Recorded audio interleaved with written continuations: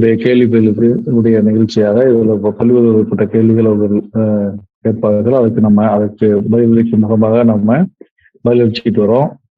அதோடு மட்டுமல்லாமல் பார்த்தீர்கள் என்று சொன்னால் அவர்களுக்கு என்ன, அதாவது இந்த கேள்வி பதில் நிகழ்ச்சியில் பார்த்தீங்கன்னா இடையிடையே நம்ம ஒவ்வொரு வகை இடையிடையே நம்ம பல்வேறு வகைப்பட்ட நோய்களை பற்றியும் அதனுடைய குறிகுணங்களை பற்றியும் நம்ம சொல்லிட்டு அதில் அந்த நோய்களுக்கு உண்டான விஷயங்கள் என்ன, அந்த நோய்கள் வருவதற்கான காரணங்கள் என்ன, சித்த மருத்துவத்தில் சித்தர்கள் பார்வையில் அந்த நோய்கள் எவ்வாறு குணமாக்கப்படுகின்றன என்பதை பற்றியெல்லாம் தான் நம்ம பேச போறோம். அந்த வகையில பார்த்தீங்கன்னு சொன்னால் நம்ம ஏற்கனவே கூறியது போல சித்த மருத்துவத்தில் சித்தர்கள் ஏற்கனவே பல்வேறு வகைப்பட்ட நோய்களை பற்றியும் அவர்கள் அதை குணமாக்கும் விதைகளை பற்றியும் நிறைய சொல்லியிருக்கிறாங்க.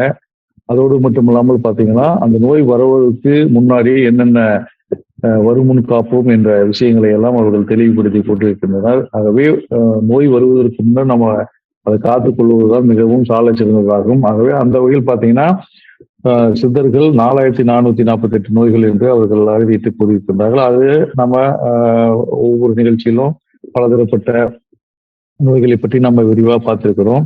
அந்த வகையில் பார்த்தீங்கன்னா இன்னைக்கும் ஒவ்வொரு நோய்களை பற்றியும் அதனுடைய குறிகுணங்கள், அதுக்கு ட்ரீட்மெண்ட் என்ன, அதுக்கு சித்த மருத்துவத்தில் சித்த மருந்துகள் என்ன சொல்லப்பட்டிருக்கின்றன என்பதை பற்றி எல்லாம் தான் நம்ம இப்போ பேச போறோம்.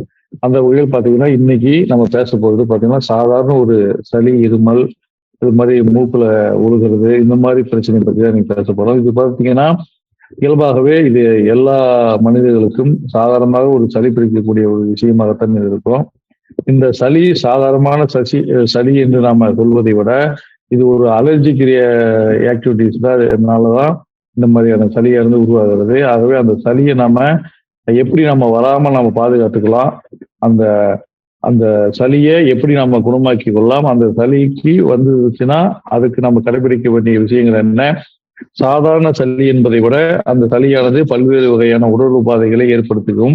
அதனால அந்த உடல் உபாதைகளை ஏற்படுத்துவதனால் அந்த சாதாரண சளி என்று நாம் பார்க்காம அதை நம்ம எப்படி வருமுன் காத்துக்கொள்வது என்பதை பற்றி தான் நம்ம இன்னைக்கு இது பண்ண போறோம். அப்புறம் அதே போல ஒவ்வொரு நோய்களை பற்றி நாம பேச போறோம். இந்த சளி என்பது பார்த்தீங்கன்னா உங்களுக்கு இயல்பாகவே அந்த குளிர்ச்சியான பொருட்கள், அதே போன்று அந்த குளிர்ச்சியில வச்சு சாப்பிடுகின்ற அந்த உணவுகள், அதே போன்று பார்த்தீங்கன்னா இந்த கெமிக்கல் கலக்கப்பட்ட இந்த பாட்டு ட்ரிங்க்ஸ் என்று சொல்லுவாங்க இல்லைங்களா, ஏரேட்டட் ட்ரிங்க்ஸ் என்று சொல்வார்கள், அந்த வகையான பானங்களை அருந்துவது, இது போன்று பல்வேறு வகைப்பட்ட குளிர்ச்சியான பொருட்கள், இனிப்புகள், இது மாதிரியான உணவுகளை எல்லாம் அவங்க சாப்பிடும்போது அந்த இயல்பாகவே அது வரும். அதே மாதிரி பார்த்தீங்கன்னா சில பேருக்கு ஒவ்வாத ஒரு சில பொருட்களை எல்லாம் சாப்பிட்டு விடுறார்கள். அப்புறம் இன்னும் சில பேருக்கு பார்த்தீங்கன்னா இந்த உலகத்தில் உள்ள இந்த தூசுகள் இருக்குதுங்களா, பொல்யூஷன் என்று சொல்லுவார்களே, அந்த பொல்யூஷன் போன்ற விஷயங்களை எல்லாம் அவர்களுக்கு அந்த சளியை உருவாக்கும். இந்த சளி உருவாக்கி பார்த்தீங்கன்னா இடைவிடாத தும்மல், இருமல் எல்லாம் வந்துடும். இது என்னன்னு கேட்டீங்கன்னா இருமல் தும்மல் எப்படிங்கன்னா அந்த தூசானது உள்பகுதியில் அந்த மூச்சுக்குழல் வழியாக நுரையீரலுக்கு அந்த சுவாச குழல் வழியாக செல்லும் பொழுது வேறொரு பொருள் உள்ளே நுழைந்ததற்கு ஒரு விஷயமாக அந்த நுரையீரலானது மிகுந்த வேகத்துடன் காற்றை வெளியேற்றி அந்த பொருளை வெளியேற்றுவதற்கான ஒரு ஏற்பாடுதான் அந்த தும்மல். அதே மாதிரிதான் இருமல் இதே மாதிரிதான். அந்த புல் பகுதியில் ஏதேனும் ஒரு காரங்களோ ஏதேனும் வேண்டாத பொருட்களோ போகும் பொழுது அதை வெளியேற்றுவதற்கு உண்டான ஒரு ஏற்பாடு தான் நம்ம ரிஃப்ளெக்ஸ் என்று நாம் சொல்வோம். 14 வேகங்கள் என்று நாம சித்த மருத்துவத்தில் சொல்கிறோம். இதில் பல இருமல், தும்மல், விக்கல், கொட்டாவி, சிறுநீர் கழித்தல், மலம் கழித்தல், விந்து கழித்தல், இது மாதிரி 14 வகையான விஷயங்கள் அந்த உடம்பில் இருக்கின்றன. வாந்தி, இதெல்லாமே இருக்குங்க, புரியுதுங்களா? இது எல்லாமே அது ஒரு ரிஃப்ளெக்ஸ், உடம்புக்குள்ள இருக்கின்ற அந்த பொருளை வெளியேற்றுவதற்காக அந்த உடம்பு ஏற்பாடு செய்திருக்கின்ற ஒரு ரிஃப்ளெக்ஸ் தான் இந்த மாதிரியான விஷயங்கள். ஆகவே அந்த இருமல் என்பது அந்த பொருளை, அந்நிய பொருளை வெளியேற்றுவதற்காக உடம்பு ஒரு ஏற்பாடை செய்திருப்பதற்கு தான் காரணமாகத்தான் அந்த இருமல் வருகிறது. இந்த இருமல் பார்த்தீங்கன்னா பல்வேறு வகை நோய்களுக்கெல்லாம் ஒரு குறிக்கிறமாக, ஏன் கேன்சர் நோயில கூட இருமல், இடைவிடாத இருமல் எல்லாம் சில பேருக்கு வருவதை நாம் பார்த்திருப்போம். சில பேருக்கு கேன்சர் கேட்டிருந்தா கூட இருமலானது ஏற்படக்கூடிய வாய்ப்புகள்லாம் இருக்கிறது. அதே மாதிரி ஒவ்வொரு நோய்களுக்கும் சில குறிகுணங்கள் இருக்கிறது. அந்தந்த குறிகுணங்களுக்கு ஏற்றாற்போல் அந்த நோயானது உடைய வீரியமானது நம்ம உடம்பில் காணப்படும். புரியுதுங்களா? அதனால இந்த இருமல், தும்மல், சளி அதே மாதிரி அந்த மூக்குல வந்து ஒழுகுறது இது எல்லாமே பார்த்தீங்கன்னா, ஒரு அலர்ஜிக் பிரச்சனையால தான் இது வருது. இது இது வந்துல உணவு கட்டுப்பாடுகள் நம்ம கரெக்டாக இருந்து உணவு கரெக்டா சாப்பிட்டோம்னா, இன்னும் சில பேர் பார்த்தீங்கன்னா, இந்த சளிய சாதாரணமாக சளி என்று நினைத்து விட்டு மீண்டும், மீண்டும் அது போன்ற உணவுகளே அவங்க சாப்பிட்டுட்டு வருவாங்க. அப்ப அது போன்ற உணவுகளே அது சாப்பிடும்போது என்னன்னா, ஒரு கட்டத்துல இந்த சளியானது அதிகமாகி ஆஹ் வேறு சில பிரச்சனைகள் எல்லாம் உருவாக்கக்கூடிய வாய்ப்புகள் எல்லாம் இருக்குது. அதனால இந்த சளி என்று வந்தால் அது சிறிய பிரச்சனை தான் என்று பார்க்காம அதை நம்ம குணமாக்கி கொள்ள வேண்டும். உணவு கட்டுப்பாடு இருந்தாலே அதுக்கு சில வகையான சளிகள் எல்லாம் சரியா போயிடும். அதுக்குமே நம்ம சரியாட்டுனா நம்ம டாக்டர் அணுகி நம்ம மருந்து சித்த மருந்துகள்லாம் இருக்குது, அதை நாம் சாப்பிடலாம். அதனால உணவு கட்டுப்பாடு தான் மிக முக்கியமான விஷயம். இப்ப நான் சொன்ன விஷயங்கள்லாம் நீங்க ஃபாலோ பண்ணீங்கன்னாவே இதுல ஒரு சளி சரியாயிடும். சரி, அதையும் மீறி உங்களுக்கு சளி வருதுன்னு வச்சுக்கோங்களேன், அதுக்கு நம்ம என்ன பண்ணோம்னா ஆடாதோடை அப்படின்னு சொல்ற ஒரு மூலிகை இருக்குங்க. அதுல கஷாயமே கிடைக்கும். ஆடாதோடை கஷாயமே கிடைக்கும். நம்ம இந்த கபசுர குடிநீர், நிலவேம்பு குடிநீர் எல்லாம் குடிக்கிறோம் இல்லையா, அதே மாதிரி ஆடாதோட கஷாயமே கிடைக்கும். எல்லா சித்த மருந்து கடைகளிலும் இந்த கஷாயம் கிடைக்கும். அதை வாங்கிட்டு காலை மாலை இருவேளை அந்த கஷாயத்தை வச்சு சாப்பிடும் பொழுது உங்களுக்கு இந்த சாதாரண சளி தொல்லை உங்களுக்கு மீண்டும் வரவே வராது. அதே மாதிரி பாத்தீங்கன்னா நம்ம கூட ஒரு ஏதாவது ஒரு மாத்திரை, வசந்த குசுமாகார மாத்திரை அப்படின்னு சொல்ற மாத்திரை கிடைக்குது. அந்த மாத்திரை நம்ம சாப்பிடும்போது இது கூட சேர்த்து சாப்பிடும்போது இந்த மாதிரி சாதாரண சளி உங்களுக்கு மிகுந்த கவனத்துடன் நம்ம அதை கவனிக்கும் பொழுது அந்த ஈஸியாக அந்த சளியானது சரியாகிவிடும். ஆகவே அந்த சளி தீரும் வரை, குணமாகும் வரை நீங்கள் சூடான உணவுகளையோ சூடான நீரையோ நீங்க பருகுங்கள். அந்த நோயானது உங்களுக்கு குணமாகிவிடும். அடுத்தபடியாக பாத்தீங்கன்னு சொன்னால் ஆஸ்துமா. இந்த ஆஸ்துமால பாத்தீங்கன்னா நம்ம பல்வேறு வகைப்பட்ட ஆஸ்துமாலாம் இருக்குதுங்க. பிராங்கியல் ஆஸ்துமா, ரீனல் ஆஸ்துமா அப்படிலாம் நம்ம சொல்லுவோம். ரீனல்னா கிட்னில ஏதாவது பிரச்சனை வச்சுன்னா அதே உங்களுக்கு மூச்சு வாங்கக்கூடிய ஒரு பிரச்சனை உருவாக்கும். இது மாதிரிலாம் இருக்குது. இதை நம்ம மேக்சிமம் மனிதர்களுக்கு வரக்கூடிய ஆஸ்துமா பாத்தீங்கன்னா பிராங்கியல் ஆஸ்துமா, நுரையீரல் சம்பந்தப்பட்ட நோயினால் வரக்கூடிய ஒரு மூச்சு திணறல் தான் ஆஸ்துமா நம்ம சொல்றோம். இதுல பாத்தீங்கன்னா உங்களுக்கு வீசிங் அதிகமா காணப்படும். அதே மாதிரி எந்த ஒரு பொல்யூஷன் தூசு பட்டுச்சாலும் இதுல மூச்சு வாங்க விஷயம் அதிகமா காணப்படும். அதே மாதிரி இந்த ஊதுபத்தி பகை, ஊசுல ஒட்டடை அடிக்கும் பொழுது அங்க இருந்தா அந்த மாதிரி வரும். அதே மாதிரி ஏதாவது கார் பொல்யூஷன் ஆகும்போது அந்த புகை வரும் பொழுது இது மாதிரியான ஒரு பொல்யூஷன், ஏர் பொல்யூஷன் ஆனாவே இந்த நுரையீரல் சம்பந்தப்பட்ட நோய்கள் வந்து அதிக அளவு வருதுன்னு நம்ம சொல்றோம். அதே மாதிரி இந்த ஆசுமாவும் அதே மாதிரி தாங்க. இந்த ஆசுமா என்ன பண்ணும்னா அந்த உள்ளுக்குள்ள அந்த நுரையீரல போய் அங்க இருக்கிற அந்த சில விஷயங்களை ட்ரிகர் பண்ணிடுது. இந்த அலர்ஜிக் ரியாஜென்ட்ஸ் நம்ம சொல்றோம் இல்லைங்களா, இது மாதிரி அலர்ஜிக்கான பொருட்கள் உள்ளே செல்லும் பொழுது அந்த இதில் ட்ரிகர் பண்ணும் பொழுது ஆட்டோமேட்டிக்கா அது மூச்சு வாங்கக்கூடிய விஷயமானது ஏற்படும். அந்த ட்ரிகர் பண்ற விஷயங்கள் நிறைய இருக்கின்றன. அதுதான் நம்ம வந்து பொல்யூஷன் சொல்றோம், குளிர்ச்சியான பொருட்கள் சொல்றோம். அதே போன்று கெமிக்கல் சார்ந்த புகைகள், அதே போன்று கெமிக்கல் சார்ந்த உணவுகள், பானங்கள் இதெல்லாம் சாப்பிடும் பொழுது அதை ட்ரிகர் பண்ணி இது ஒரு வீசிங்கா அதை உருவாக்கிடும். அப்ப வீசிங் உருவாகும் பொழுது அது அதிகமாக அவர்களால் அது மூச்சு விட சிரமப்பட்டு பிறகு அது ஒரு நோயாக ஆஸ்துமா போன்ற ஆஸ்துமாவாக அது உருவெடுக்கிறோம். அதனால நம்ம இது ஆரம்பத்திலேயே இந்த சளி பிரச்சனை இருக்கும் பொழுது, இந்த அலர்ஜிக் பிரச்சனை இருக்கும் பொழுது நம்ம ஆரம்பத்திலேயே இதை குணமாக்கிக் கொள்ள வேண்டும். அப்புறம் இந்த வீசிங் சப்போஸ் வருதுன்னு வச்சிங்களேன், மேக்சிமம் நம்ம சில உணவு கட்டுப்பாடுகள்லாம் நம்ம இருக்கும் பொழுது அந்த வீசிங்கை நம்ம எளிதாக குணப்படுத்தி விடலாம். இதுல என்னன்னு கேட்டீங்கன்னா, புளிப்பு சார்ந்த உணவுகள், நெய் சேர்ந்த உணவுகள், எண்ணெய் சார்ந்த உணவுகள், எண்ணெய் பலகாரங்கள், அதே போன்று பார்த்தீங்க அப்படின்னு சொன்னால் குளிர்ச்சியாக தரக்கூடிய இந்த தயிர், இது போன்ற உணவுகளை எல்லாம் நம்ம மேக்சிமம் அவாய்ட் பண்ணிடணும். இதை அவாய்ட் பண்ணாவே அந்த நோயானது முற்றிலுமானது இந்த ஆஸ்துமா நோயை நம்ம குணமாக்கி கொள்ளலாம். அதே மாதிரி எப்பொழுதும் வெதுவெதுப்பான நீரையே நம்ம சாப்பிட வேண்டும். அடிக்கடி நம்ம பார்த்தீங்கன்னா இந்த சுக்கு டீ இது மாதிரிலாம் நம்ம வச்சு சாப்பிடலாம். இந்த டீ காஃபி அதிகமாக சாப்பிட்றத விட சுக்கு காஃபி இது மாதிரிலாம் வச்சு சாப்பிடும் பொழுது அது இந்த நோய்க்கு மிகவும் ஒரு பயனுள்ள ஒரு விஷயமாக அமையும். ஆகவே நம்ம இந்த ஆஸ்துமா, இந்த வீசிங் பிரச்சனை வரும் பொழுது உங்களுக்கு பார்த்தீங்கன்னா உணவுலேயே நம்ம வந்து கண்ட்ரோல் பண்ணிடலாம். அந்த உணவு நம்ம எடுக்கிறது, ஏன்னா எந்த ஒரு நோயாக இருந்தாலுமே நம்ம அந்த உணவு மூலமாக நம்ம சரி பண்ணி சாப்பிடும் பொழுது அந்த உணவே உங்களுக்கு அந்த நோயினுடைய மருந்தாக அமையும். அப்ப நம்ம அந்த நோயிலிருந்து நம்ம முழுவதுமாக விடுபட்டுறலாம். அதே மாதிரி மருந்தொன்று நமக்கு தேவை இருக்காது. அதையும் நீங்க அந்த அந்த உணவு கட்டுப்பாடுல உங்களுக்கு தீராவிடில் நம்ம மருத்துவர்கள் இறங்கி சில சித்த மருந்துகள்லாம் சாப்பிடும்பொழுது இந்த ஆஸ்துமாவானது முழுமையா குணமாகும். இந்த ஆஸ்துமா பார்த்தீங்கன்னா இரவு நேரங்கள்ல தான் அதிகமா தொந்தரவு பண்ணும் அந்த பேஷண்ட்டை. ஏன்னு கேட்டீங்கன்னா இரவு நேரங்கள்ல அந்த வெளியே இருக்கிற அந்த கூலிங்கும் நம்ம அதாவது நம்ம உடம்பும் கூலிங் ஆயிரும், புரியுதுங்களா? அப்ப கூலிங் ஆகும்பொழுது இயல்பாகவே அந்த கூலிங்கான விஷயமானது அந்த நுரையீரலுக்கு அந்த லங்ஸுக்கு சேராது. அப்ப சேராத பொழுது அது என்ன பண்ணும், உடனே அந்த ட்ரிகர் ஃபேக்டரை இது மாறும் பொழுது அந்த இடத்துல ஒரு வீசிங்க உருவாக்கும். அப்ப அது மூச்சு விடுறதுக்கு சிரமம் ஏற்படும், மூச்சு திணறல் ஏற்படும். அதனால நம்ம இந்த உணவை, இந்த புளிப்பு, இது மாதிரியான இப்ப சொன்ன உணவுகளை எல்லாம் நம்ம தவிர்த்து விட்டு நம்ம இரவு நேரங்களில் பார்த்தீங்கன்னா ஒரு 7:15 நம்ம இரவு உணவை முடித்துக் கொள்ள வேண்டும். சில பேர் 8, 9, 10 அப்படிலாம் சாப்பிட்டுட்டு இருப்பாங்க. அதாவது குறிப்பா ஆஸ்துமா நோயாளிகள் இருந்தால் நீங்கள் 7:45 முன்னாடியே உங்களுடைய உணவுகளை எடுத்துக்கொள்ளுங்கள்.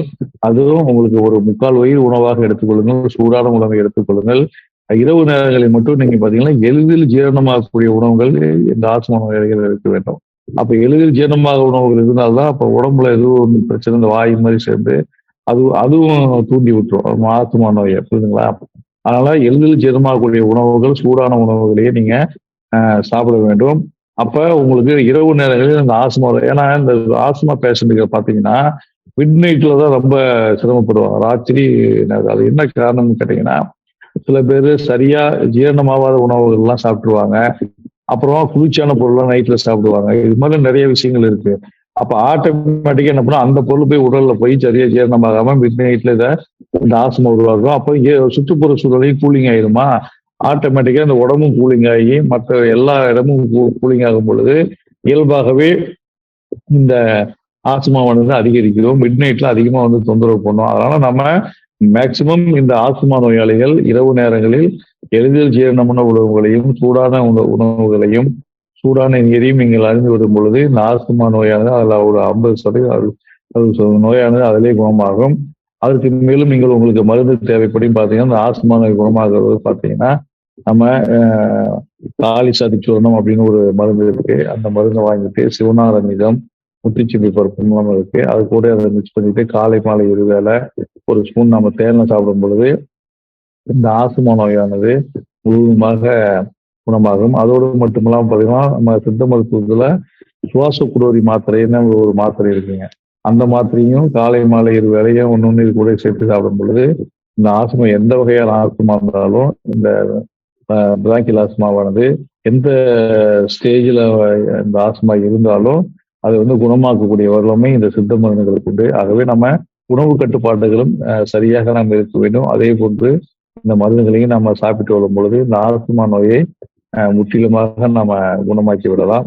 அடுத்தபடியாக நம்ம பார்க்க பொழுது பார்த்தீங்கன்னா அதாவது சைனசைட்டிஸ், இதுவும் ஒரு முகத்தில் வரக்கூடிய ஒரு சளி தொடர்பான ஒரு நோய் தான் இது, சைனசைட்டிஸ். இப்போ நம்ம தலையை இந்த வெயிட் கனமாக இருக்கும் தலை, ஆக்சுவலா இந்த உடம்பானது அந்த தலையை வெயிட்டா இருப்பதை உணர்ந்து விடாமல் இருப்பது, அதாவது தலை கொஞ்சம் வெயிட்டா இல்லாமல் அது லேசாக இருப்பதற்காக அந்த தலையில் பார்த்தீங்கன்னா ஒரு கேவிட்டி, அதாவது சைனஸ் என்று சொல்லப்படுகின்ற ஒரு பலூன் மாதிரி வச்சுக்கிங்களேன், அந்த மாதிரி ஒரு அமைப்பு நம்ம முகத்தெல்லாம் இருக்குது. இங்க ஒன்று இருக்கும், பிராண்டல் இருக்கும், உள்பகுதியில் இருக்கு. இது மாதிரி ஒரு வகையான இந்த கேவிட்டியானது பலூன் போன்ற ஒரு அமைப்பானது இது இருக்குது.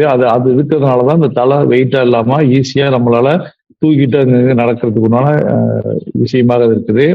இந்த சைனஸ் பகுதியில் இருந்து அதனுடைய திறப்புகள் பார்த்தீங்கன்னா மூக்குல சேரும், புரியுதுங்களா? மூக்குல சேரும். அதனாலதான் இந்த சைனஸ் வந்துச்சுன்னா மூக்கடைப்பு, தும்மல், அதே மாதிரி சளி கொட்டிக்கிட்டே இருக்கிறது, இந்த மாதிரி பிரச்சனை அந்த சைனஸ் இருக்கிறதுங்க அதிகமா இருக்கும். அதே மாதிரி மூக்கடைப்பு இருக்கும். நீங்க சொல்றது சைனஸ் இருக்குன்னு சொல்லுவாங்க. அது பாத்தீங்கன்னா இந்த சைனஸ் என்பது மிக முக்கியமாக நம்ம இதுல என்ன கவனிக்க வேண்டியதுன்னு பாத்தீங்கன்னா, இதுல சிம்டம்ஸ் எப்படி இருக்குன்னு கேட்டீங்கன்னா, சைனஸ் இருக்கிறவங்களுக்கு பெரும்பாலும் முகம் காலையில எழுந்து உடனே கொஞ்சம் முகம் சற்று கொஞ்சம் வீக்கமாக காணப்படும், அதைப்பாக காணப்படும். அதே மாதிரி முகத்துல பாத்தீங்கன்னா கொஞ்சம் வலி இருக்கிறது போல ஒரு உணர்வு ஏற்படும், வலி இருக்கும். அதே மாதிரி தும்மல் அடிக்கடி வந்துட்டு இருக்கும், மூக்கடைப்பு ஏற்படும், தலைவலி சில பேர்த்துக்கு வரும்.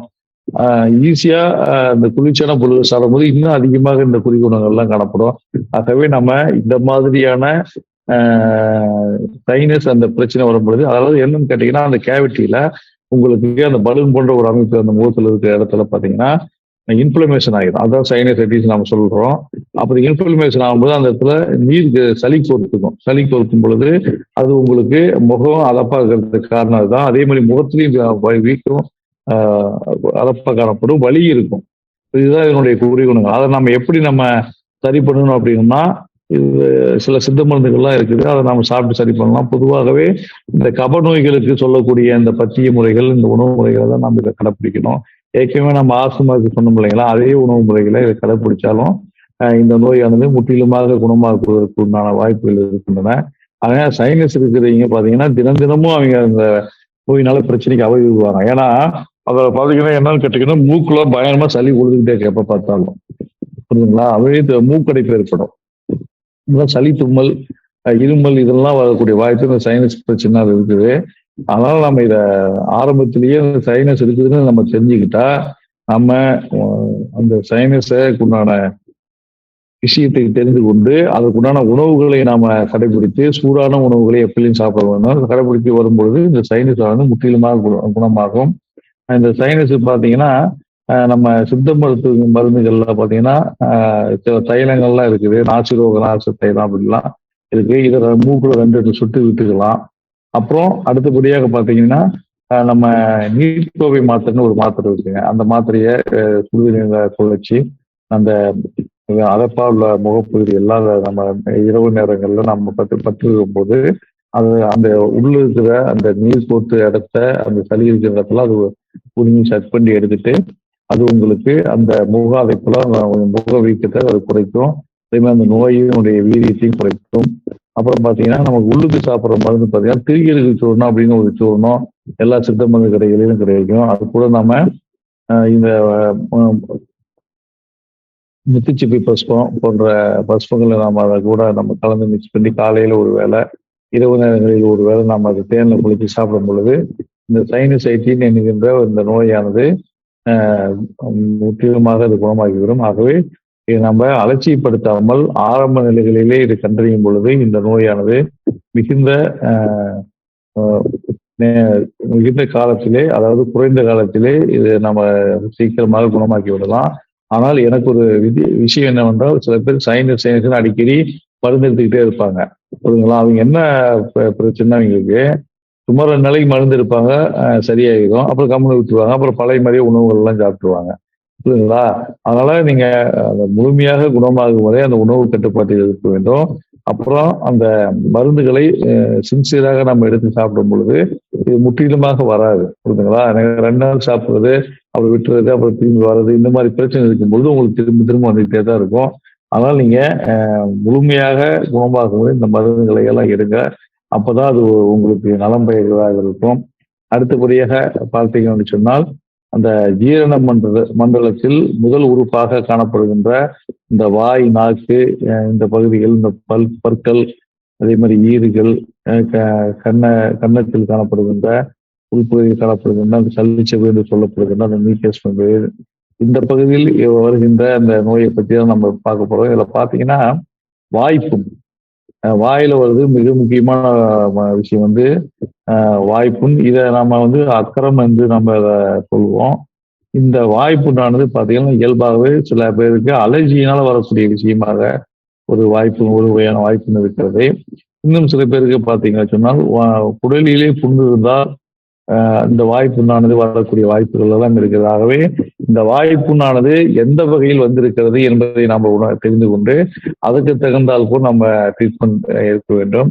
இந்த இயல்பாகவே இந்த வாய்ப்புண் இருக்கும் பொழுது அல்லது குடல் புண் இருக்கும் பொழுது வாய் துர்நாற்றம் இயல்பாகவே இருக்கும். அதனால நம்ம அந்த வாய்ப்புண்ணை நம்ம குணமாக்கும் பொழுது அந்த வாய் துர்நாற்றமும் இருக்காது. அப்புறம் மற்ற அந்த பற்கள் விஷயங்கள், அந்த விஷயங்களும் இந்த வாய்ப்புண்ணுக்கு நம்ம சிகிச்சை அளிக்கும் பொழுது அதுல ஈறுகளில் காணப்படுகின்ற புண்கள், நாக்கு அடியும் காணப்படுகின்ற புண்கள், புண்கள் இதெல்லாமே உங்களுக்கு நன்றாக குணமாகிவிடும். ஆகவே வாய்ப்புண் என்பது ஒரு மிகப்பெரிய ஒரு விஷயமாக நம்ம கருதக்கூடாது. ஆனா அது ஆரம்ப நிலையிலே தெரிந்து கொள்ளணும்னு வச்சுக்கோங்கன்னா, வேற நோய்க்குடைய அறிகுறியா கூட அந்த வாய்ப்புண்ணானது இருக்கலாம்.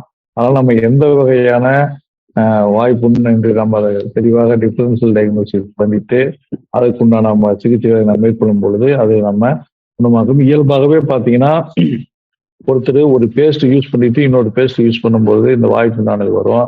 அது வந்து பேஸ்டினுடைய அலர்ஜினால வரும்.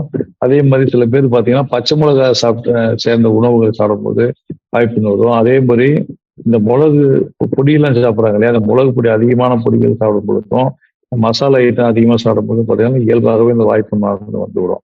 அப்ப அதற்கு அந்த மசாலா பொடிகள், மிளகாய் இது போன்ற காரம் குறைவாக உள்ள உணவுகளை நாம் சாப்பிடும் பொழுது அது ஆட்டோமேட்டிக்காக சரியா மருந்தே சாப்பிடாமையே இந்த மாதிரியான வாய்ப்புகள் எல்லாம் சரியா போயிடும். இப்ப அந்த பேஸ்ட் விஷயத்துல பாத்தீங்கன்னா, அந்த பேஸ்ட்டை உங்களுக்கு எந்த பேஸ்ட் உங்களுக்கு ஒத்து வருதோ அந்த பேஸ்ட்டை நீங்க பயன்படுத்தும் பொழுது அந்த பேஸ்ட்னால வர பிரச்சனையால் வருகின்ற அந்த வாய்ப்புனால் வந்து குணமாகி வரும்.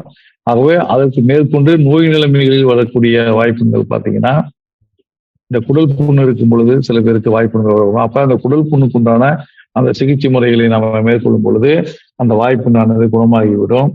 அடுத்தபடியாக அந்த வாய்ப்புண்ணுக்கு நம்ம என்ன மருத்துவம் நம்ம பார்க்கலாம். பொதுவாகவே வாய்ப்புண்ணு வரும் பொழுது புளிப்பு, உப்பு, அதே மாதிரி காரம் இது மூன்றையும் நம்ம குறைத்து சாப்பிட வேண்டும். அதே மாதிரி பச்சை மிளகாய் என்ற ஒரு விஷயத்தையும் நம்ம கையில் எடுக்கக்கூடாது. பச்சை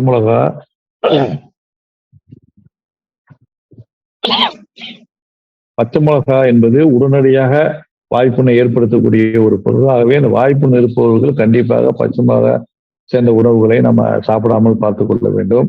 அடுத்தபடியாக பார்த்தீங்கன்னா, இதுக்கு மருந்து என்று சொன்னால் பார்த்தீங்கன்னா, இயல்பாகவே எல்லா சித்த மருந்து கடைகளிலும் திரிபுலா மாத்திரை என்று ஒரு வகையான மாத்திரையானது காணப்படும். இந்த மாத்திரையை காலை ஒரு மாத்திரை, இரவு ஒரு நேரம் ஒரு மாத்திரை சாப்பிடும் பொழுது இதுலேயே அந்த வாய்ப்புண்ணானது நன்றாகிவிடும். ஆகவே இந்த மாதிரி உணவு கட்டுப்பாடுகளையும் அது போன்ற அந்த மாத்திரையும் சாப்பிடும் பொழுது இந்த வாய்ப்புண்ணானது எளிதில் குணமாகிவிடும். அடுத்தபடியாக பார்த்தீங்கன்னா, இதோடு தொடர்புடைய குடல் புண்ணு பற்றி தான் பார்க்கலாம். குடல் புண்ணு அப்படிங்கிறது பார்த்தீங்கன்னா, நம்ம ஜீரண மண்டலத்தில் இரைப்பை, சிறுகுடல் அந்த பகுதிகள்லாம் வரக்கூடிய ஒரு புண்ணாக இருக்கின்றது. இந்த புண்ணு இயல்பாகவே பார்த்தீங்கன்னா, இந்த புண் வருவதற்கு மிக முக்கியமான காரணம் அதாவது நேரம் தவறிய உணவு. சில பேர் பார்த்தீங்கன்னா நேரம் தவறிய உணவு, அதாவது இன்னைக்கு ஒரு 9 மணிக்கு சாப்பிட்றாங்கன்னு வச்சுங்களேன், நாளைக்கு காலையில 9 மணிக்கு சாப்பிட மாட்டாங்க. அதாவது 10:30 மணிக்கு சாப்பிட்டாங்க. அப்புறம் அடுத்த நாள் காலையில பார்த்தீங்கன்னா ஒரு 8 மணிக்கு சாப்பிடுவாங்க. மாறி மாறி, அதாவது இந்த டைம் வந்து இந்த டைமை கரெக்டாக மெயின்டைன் பண்ண மாட்டாங்க. டைமை கரெக்டாக மெயின்டைன் பண்ணா அவங்களுக்கு இந்த வாய்ப்புன்னே வரதுக்குண்டான வாய்ப்புகள் கிடையாது. ஏன்னு சொன்னால் அந்த டைம்ல சாப்பிடும் பொழுது அவங்களுக்கு அந்த அமிலத்தன்மை சுரக்கும் பொழுது அந்த அமிலமானது அந்த அந்த இடத்துல இருக்கிற அந்த சளிச்சுவு என்று சொல்லப்படுகின்ற அந்த நீக்கஸ் மெம்பரேனை அரிச்சு அந்த இதுல புண்ணு உருவாக்கக்கூடிய வாய்ப்புகள் இருக்கின்றன.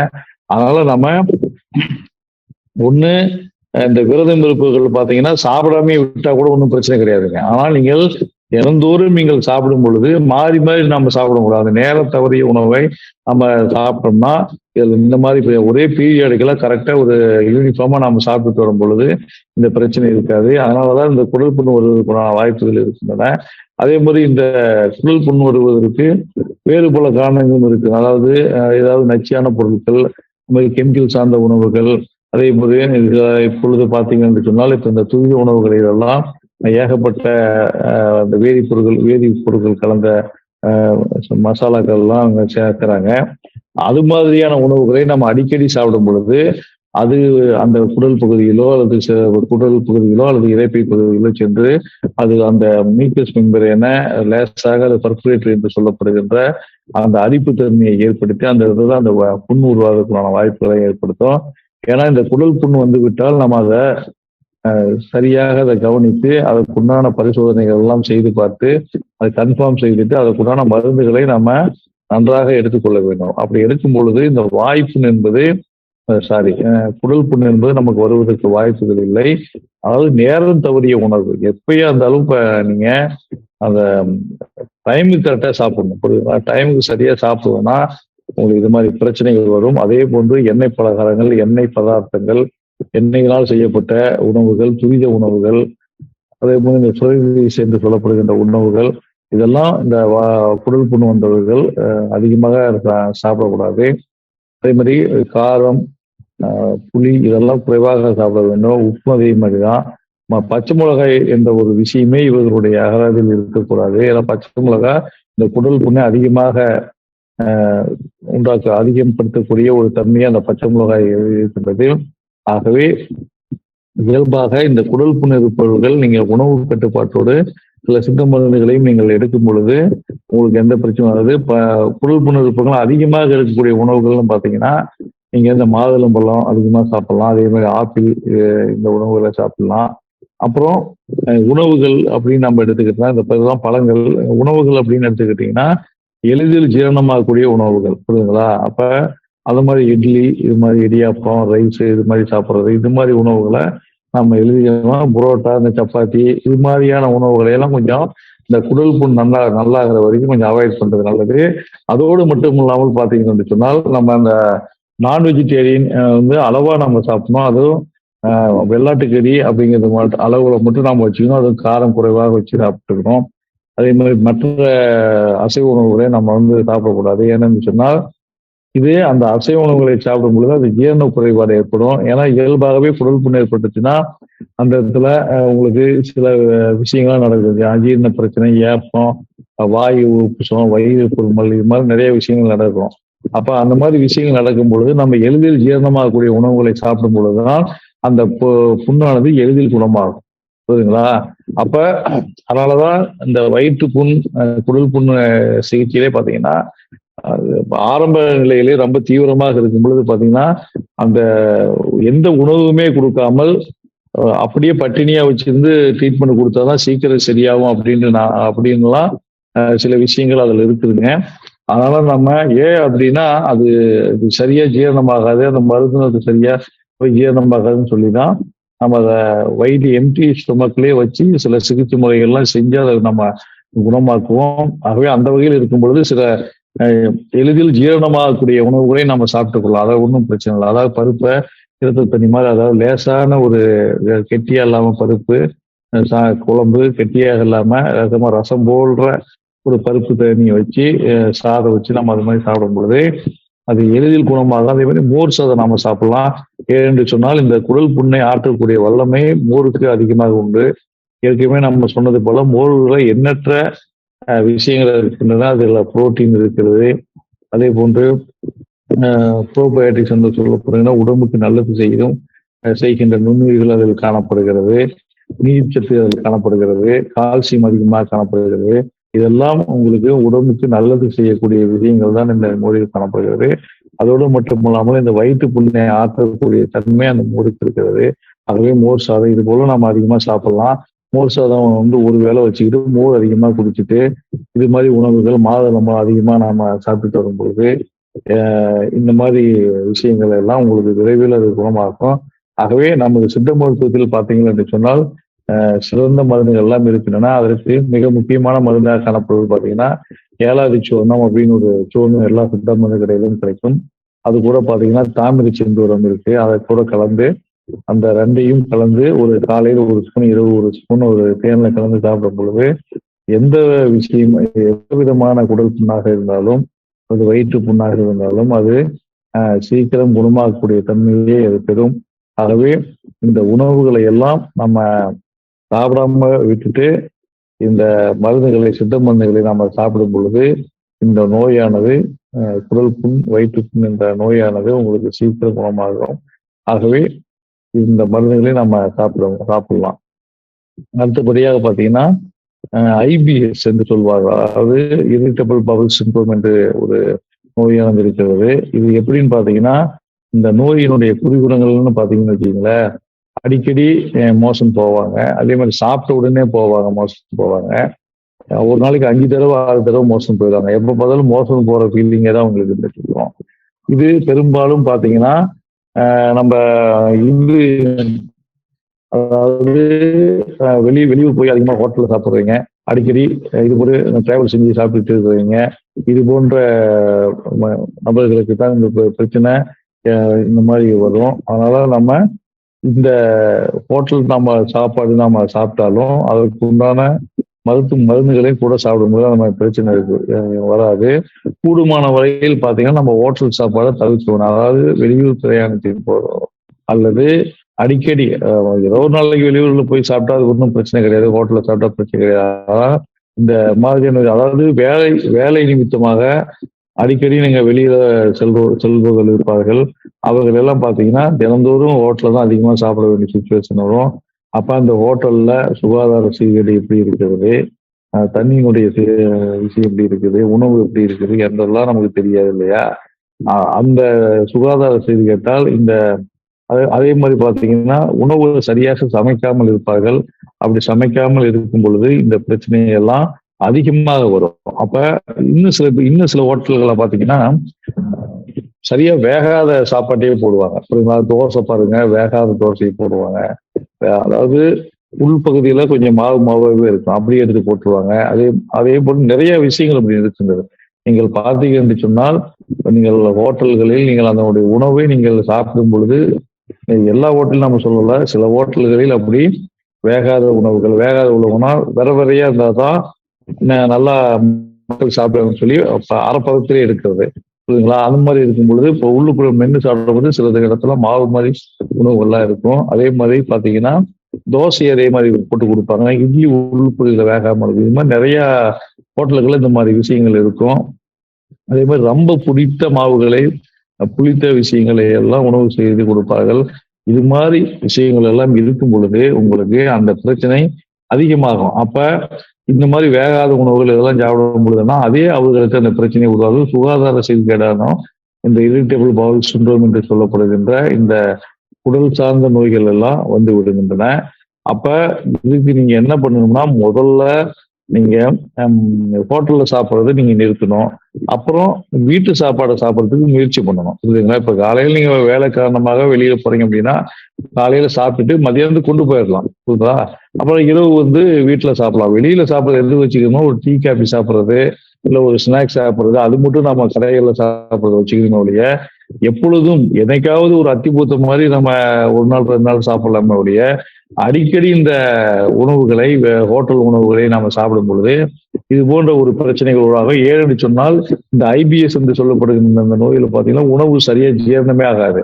அப்படியே பாத்தீங்கன்னா மோசம் அப்படியே வரத்துக்குண்டான வாய்ப்புகள்லாம் இருக்கின்றன. நல்லா சரியா ஜீரணமாகாமல் அப்படியே அந்த உணவுகள்லாம் வந்துவிடும். அப்ப உடலுக்கு ஊட்டமே கிடைக்காது. அப்போ ஜீரணமானதான சத்து அதுக்குள்ள போய் போகும். அப்ப ஜீரணமாகாத பொழுது அந்த சத்து உடம்புக்கு சேரும் போது அவங்களுடைய உடம்பே பாத்தீங்கன்னா ஒரு வெளுத்தது போல ஒரு உடலமைப்பை பெற்றிருப்பார்கள். ஆகவே இந்த ஐபிஎஸ் என்பது மிக சாதாரண விஷயம்னு நம்ம நினைக்கலாம். ஆனா இது உடம்பையே ஒரு அசைத்து பார்க்கக்கூடிய ஒரு நோயாக இருக்கிறது. அதுக்கு மிக முக்கியமான காரணம் பாத்தீங்கன்னா நம்ம இந்த ஹோட்டல் சாப்பாடு தான். ஆகவே இந்த ஹோட்டல் சாப்பாடுகளை அறவே தவிர்த்து விட்டு நம்ம வீட்டு சாப்பாட்டை நம்ம சாப்பிட பார்க்கணும். இதுக்கு நம்ம உணவுகளாக பாத்தீங்கன்னா நீங்க நன்றாக சமைத்த உணவுகளை நீங்கள் சாப்பிடுங்க. முதலில் உணவு கரெக்ட் பண்ணாவே இந்த நோய் நல்லாயிடும். நன்றாக சமைத்த உணவுகளை சாப்பிடுங்கள். புளிப்பான உணவுகளை அறவே தவிர்த்து விடுங்க. அதே மாதிரி நான் வெஜிடேரியனை அறவே தவிர்த்து விடுங்கள் இந்த நோய் குணமாகும் வரை. அதே மாதிரி எண்ணெய் பலகாரங்கள், எண்ணெயினால் ஃப்ரை செய்யப்பட்ட உணவுகள் இதெல்லாம் மேக்சிமம் அவாய்ட் பண்ணிடுங்க. அதே மாதிரி பாத்தீங்கன்னா நீங்க இந்த தயிர் போன்ற உணவுகளை அதிகமாக எடுத்துக்கொள்ளுங்க புரியுதுங்களா? தயிர் இந்த சாப்பிடும் பொழுது அது நீங்க எண்ணற்ற நன்மைகள் இந்த ஐபிஎஸ் நோய்க்கு அது கொடுக்குறது. ஆகவே தயிர் கலந்த உணவுகளை நம்ம சாப்பிடலாம். மோர் கலந்த உணவுகள் இன்னும் பெஸ்ட். அப்படி சாப்பிடும் பொழுது இந்த பிரச்சனையானது குணமாகும். ஆகவே நீங்க இந்த மாதிரியான இரிட்டபிள் பவுல் சிண்ட்ரோம் இந்த மாதிரியான உணவுகளை எல்லாம் நீங்க எடுத்துக்கொள்ளுங்கள். அதே போன்று பாத்தீங்கன்னா சித்த மருத்துவத்தில் என்ன அதுக்கு மருத்துவங்கள் சொல்லிக்கிறதுன்னா நம்ம இந்த பேரிச்சு அதாவது நம்ம சப்போட்டா பழம் இருக்கு இல்லைங்களா, அந்த சப்போட்டா பழமும் இல்லாமல் காயும் இல்லாமல் அரை வேக்காடாக இருக்குன்னு அந்த பழத்தை எடுத்து நம்ம நல்லா அரைச்சி தயிர்ல கலந்து நம்ம சாப்பிடும் பொழுது டெய்லி ஒரு வேளை இது மாதிரி சாப்பிடும் பொழுது அந்த ஐபிஎஸ் என்ற சிம்டமே ஒண்ணு வராது அப்படின்னு சித்தர்கள் சொல்லி இருக்கிறார்கள். ஆகவே அந்த மாதிரியான சிகிச்சையும் நம்ம மருந்துகளையும் நம்ம எடுத்துக்கொள்ளலாம். அதோடு மட்டுமல்லாம பாத்தீங்கன்னா இதற்கு மிக பிரத்யேகமாக பாத்தீங்கன்னா நம்ம சித்த மருத்துவத்துல சுண்டை வற்றல் சூர்ணம் அப்படின்னு ஒரு சூர்ணம் இருக்கு. அந்த சூர்ணத்துக்கு கூட பாத்தீங்கன்னா படிகில்லிங்கத்தூர் அப்படின்னு ஒரு மருந்து இருக்குங்க. இது ரெண்டையும் எல்லா எல்லா சித்த மருந்து கடைகளிலும் கிடைக்கும்.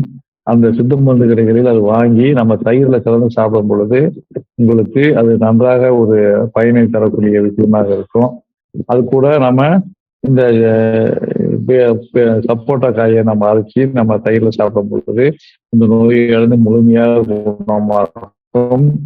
ஆகவே நம்ம இந்த நோயானது சாதாரண ஒரு நோய் தான், இந்த மோஷன் போற நோய் நம்ம என்ன போய் பண்ணிட போகுது அப்படின்னு நம்ம நினைச்சிடக்கூடாது. இது போன்ற பல நோய்கள் சாதாரணமாகத்தான் இருக்கும். ஆனா அந்த சாதாரணமான நோய்கள் உங்களுக்கு பின்னாடி பெரிய பிரச்சனையை அது உருவாக்கும். உடலுக்கே மொத்தமாக அது பிரச்சனையை உருவாக்கி விடும். ஆகவே இது போன்ற நோய்களை ஆரம்ப நிலைகளிலே நம்ம கவனித்து அதை நம்ம குணமாக்கிக்க வேணும். ஆகவே அந்த ஐபிஎஸ் என்று சொல்லப்படுகின்ற இந்த இரிட்டபிள் பவுல் சிண்ட்ரோம் என்ற நோய்க்கு நீங்க இந்த மாதிரியான உணவு கட்டுப்பாடுகளையும் நான் இப்ப சொன்ன மருந்துகளை எல்லாம் எடுத்து சாப்பிட்டீங்கன்னா இந்த நோய் என்று ஒன்று உங்களுக்கு வராது. அப்ப வராத பொழுது உங்களுக்கு அந்த பிரச்சனையும் இங்க இருக்காது. முதல்ல உணவு, அடுத்தபடியாக மருந்து. இது ரெண்டையும் கரெக்டா நீங்க சாப்பிட்டு அந்த பிரச்சனையும் உங்களுக்கு நிரந்தரமாக உங்களுக்கு அந்த நோயானது குணமாகிவிடும். அடுத்தபடியாக பார்த்தீங்கன்னு சொன்னால், அதாவது சிரோசிஸ் ஆஃப் லிவர், புரியுதுங்களா? இந்த வகையில் பார்த்தீங்கன்னா இந்த கல்லீரலில் காணப்படுகின்ற ஒரு மிக முக்கியமான ஒரு நோயாக இது கருதப்படுகிறது. இதை என்னன்னு பார்த்தீங்கன்னா இந்த கல்லீரல் உடைய செல்கள் டேமேஜ் அடைஞ்சு அந்த இடத்துல காயங்கள் ஏற்பட்டு டேமேஜ் அடைஞ்சு மீண்டும் மீண்டும் அந்த இடத்துல இன்ஃப்ளமேஷன் ஏற்பட்டு அது தழும்புகளாக மாறி ஒரு டைம் 2 டைம் நிறைய டைம் மாறி மாறி பண்ணும் பொழுது அது நிரந்தர தழும்பாக மாறி அந்த இடத்துல அந்த கல்லீரல இருந்து செயல்படாத தன்மையை உருவாக்கி விடும். அப்ப செயல்படாத தன்மையை உருவாக்கும் பொழுது என்ன ஆகுதுன்னா உடம்புல இருக்கிற அந்த ஜீரணத்தன்மை இதெல்லாம் ரொம்ப குறைவுபடும்.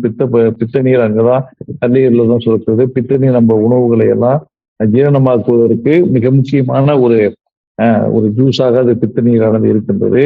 ஆகவே அந்த வகையான இந்த கல்லீரல் அந்த மாதிரியாக சிரோசிஸ் ஆஃப் லிவர் ஆக அந்த நோய் இந்த கல்லீரலில் வரும் பொழுது அந்த பித்த நீர் சுரப்பதும் பாதிக்கப்படும். அதே போன்று அந்த நாளடைவில் பார்த்தீர்கள் என்று சொன்னால் அந்த கல்லீரல் முழுவதுமாக செயல்களை இழந்து விட்ட நிலை ஏற்படுவதற்குண்டான வாய்ப்புகள் இருக்கின்றன.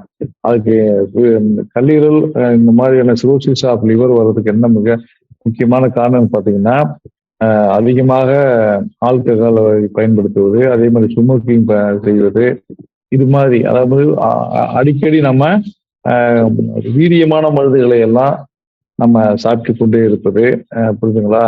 அதாவது நோய்கள் வந்தால் அதுக்கு சாப்பிடலாம், அது ஒரு குறிப்பிட்ட நாள் சாப்பிட்டு அப்படி விட்டுருணும் அந்த மாதிரி. அதே போன்று நிறைய உணவுகள், அதாவது பொல்யூஷன் நிறைந்த உணவுகள், மசாலா கலந்த உணவுகள், அதாவது அது கூட பார்த்தீங்கன்னா ஏகப்பட்ட கெமிக்கல் நிறைந்த உணவுகள், வேதிப்பொருட்கள் கலந்த உணவுகள், துரித உணவுகள், ப்ராசஸ் ஃபுட் என்று சொல்லப்படுகிற இந்த மாதிரியான உணவுகள், இது போல ஒவ்வொரு விஷயமும் இது ஒரு சிரோசிஸ் ஆஃப் லிவர் ஒரு காரணமாக அமைகிறது. ஆகவே இந்த இதை நம்ம கவனிக்கணும்னு வச்சிங்களா, ஆரம்பத்திலேயே ஒரு கொஞ்சம் அது அந்த உறுப்பானது கல்லீரலானது பாதிக்கப்படும் பொழுது அதை ஆரம்பத்திலேயே நம்ம கவனித்து அதை நம்ம குணப்படுத்தும் பொழுது அதுல எந்த பிரச்சனையும் இருக்காது. ஏன்னா கல்லீரல் உடலிலே காணப்படுகின்ற ஒரு பெரிய உறுப்புன்னா அது கல்லீரல் தான். அதுலயும் இன்னொரு விஷயம் என்னன்னு பாத்தீங்கன்னா ஒன் ஆஃப் த ஒரு லார்ஜ் அதாவது பெரிய உறுப்புகளில் இது ஒன்று, one of the large gland அப்படின்னு நம்ம சொல்லுவோம். அடுத்தபடியாக பார்த்தீங்கன்னா இந்த கல்லீரல் மட்டும்தான் உடல்ல இருக்கிற அந்த உறுப்புகள்லேயே ஒரு கொஞ்சம் பார்த்து வெட்டி எடுத்துட்டாலுமே மீண்டும் அந்த பாட்டை தன்னைத்தானே உருவாக்கி கொண்டு அது பழைய நிலைக்கு வரக்கூடிய ஒரு தன்மையே இந்த கல்லீரலுக்கு மட்டும்தான் இருக்குது. அதனாலதான் நம்ம கிட்ட ஒரு கல்லீரல் மட்டும்தான் இருக்குது. ஆனா ஒரு கல்லீரல கூட கொஞ்சம் வெட்டி மற்றவங்களுக்கு நம்ம தானமாக கொடுக்கக்கூடிய சிகிச்சை முறைகள்லாம் இருக்குது. அதனால இந்த கல்லீரல் இந்த வகையான ஒரு 500 வகையான வேலைகளை இந்த கல்லீரலானது செய்கிறது. அப்பொழுது அதில் மிக முக்கியமானது இந்த உணவுகளை எல்லாம் நச்சுத்தன்மை எல்லாம் அதை பிரித்தெடுத்து அதை வெளியேற்றுவது, அதே போன்று உடலில் உள்ள நச்சு பொருட்களை எல்லாம் வெளியேற்றுவது, இந்த வேலையெல்லாம் அது செய்யும். கிளைக்கோஜனை அங்கே சேமித்து வைப்பது, இது போன்ற எண்ணற்ற வேலைகளை கல்லீரல் செய்கிறது. அப்ப அந்த உறுப்பு செயலுக்கும் போது பாத்தீங்கன்னா உங்களுக்கு அதில் நிறைய பிரச்சனை உருவாகிடும். அதனால உடம்பையே அது ஒரு செயல்படாத ஒரு நிலைக்கு கொண்டு போய் விட்டுவிடும். அதனால நம்ம ஆரம்ப நிலைகளில் இந்த கல்லீரலில் சிரோசிஸ் லைட்டா வரும் பொழுது அதை நாம கவனித்து குணமாக்கிட வேண்டும். இத என்னென்ன உணவுகளை நம்ம சாப்பிடாம இருக்கணும்னு பாத்தீங்கன்னா, முதல்ல ஆல்கஹாலை நம்ம சாப்பிட்டு விட்டுறணும். அதே மாதிரி புகைப்பிடித்தல கூடாது.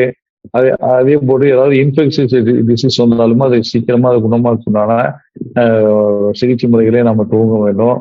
அப்புறம் நச்சு கலந்த உணவுகள் இந்த மாதிரி இப்ப சொன்ன உணவுகளை எல்லாம் நம்ம அவாய்ட் பண்ணிடணும். இது அவாய்ட் பண்ணிட்டு நம்ம எளிதில் ஜீரணமாகக்கூடிய உணவுகள், எண்ணெய் பதார்த்தங்கள் இல்லாத உணவுகள், இது போன்ற உணவுகளை நம்ம சாப்பிடணும். கீரை, காய்கறிகள், பச்சை காய்கறிகள், பச்சை காய்கறி சாலட்டுகள் இதெல்லாம் நம்ம சாப்பிடும் பொழுது இது மிகுந்த ஒரு பலனை கொடுக்கக்கூடிய அந்த சிறுசுகாப் லிவரை குணமாக்கக்கூடிய ஒரு உணவாக இது இருக்கும். ஆகவே நீங்க நன்றாக இந்த பச்சை காய்கறிகள்லாம் அளவுக்கு அதிகமா நாம சாப்பிடும் பொழுதுதான் இந்த கல்லீரல் போன்ற நோய்கள் எல்லாம் கல்லீரலுக்கு வராது.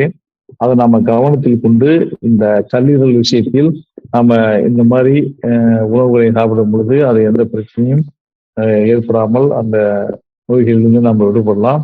அடுத்தபடியாக பார்த்தீங்கன்னா இதற்கு மிகச்சிறந்த மருந்தாக பார்த்தீங்கன்னா திரிபுலா கற்பம் என்று சொல்லுகின்ற ஒரு மருந்தானது காணப்படுகிறது. இந்த மாத்திரை திரிபுலா கற்பம் மாத்திரை இருக்கு. அந்த மாத்திரை காலை மாலை இருவேளை ஒரு மாத்திரை நம்ம சாப்பிட்டு வரலாம். அது கூட பார்த்தீங்கன்னா நம்ம கரிசலாங்கண்ணி, பொன்னாங்கண்ணி இதனுடைய சூர்ணங்கள் எல்லாம் கிடைக்கின்றன. இது ரெண்டையும் மிக்ஸ் பண்ணிட்டு கீழாநெல்லி சூரணம், அதே போன்று பார்த்தீங்கன்னா மஞ்சள் கரிசாலை சூரணம் இதெல்லாம் ஒன்னா கலந்து அது கூடயே ஒரு காலையில் ஒரு ஸ்பூன், இரவு நேரங்களில் ஒரு ஸ்பூன் இதெல்லாம் சாப்பிடும் பொழுது இந்த நோய் குறைவதற்கு அது வாய்ப்பு. அதில் மிக முக்கியம் பார்த்தீங்கன்னா உணவு கட்டுப்பாடு கண்டிப்பா இருக்கணும். உணவு கட்டுப்பாடு கண்டிப்பா இருந்தீங்கன்னா இந்த பிரச்சனை உங்களுக்கு வரவே வராது. ஆகவே அந்த உணவு கட்டுப்பாடுகளையும் நம்ம கண்டிப்பாக இருக்க வேண்டும். உணவு கட்டுப்பாடோடு இந்த மருந்துகளை எல்லாம் நம்ம சாப்பிடும் பொழுது அது மிகுந்த பலனை நம்ம பார்க்கலாம். ஆகவே சிரோசிஸ் ஆஃப் லிவர் என்கின்ற ஒரு நோயானது அதை நம்ம அப்படியே விட்டுட்டோம்னா இந்த நோய் பெரிதாக மாறி கல்லீரல் முழுவதுமே செயல்படக்கூடாத தன்மையை இந்த சிரோசிஸ் ஆஃப் லிவர் ஆனது ஏற்படுத்திவிடும். ஆகவே அதை நாம ஆரம்பத்திலேயே நம்ம கவனித்து அந்த நோயை நாம குணமாக்குவதற்குண்டான முயற்சிகளை நாம மேற்கொள்ள வேண்டும்.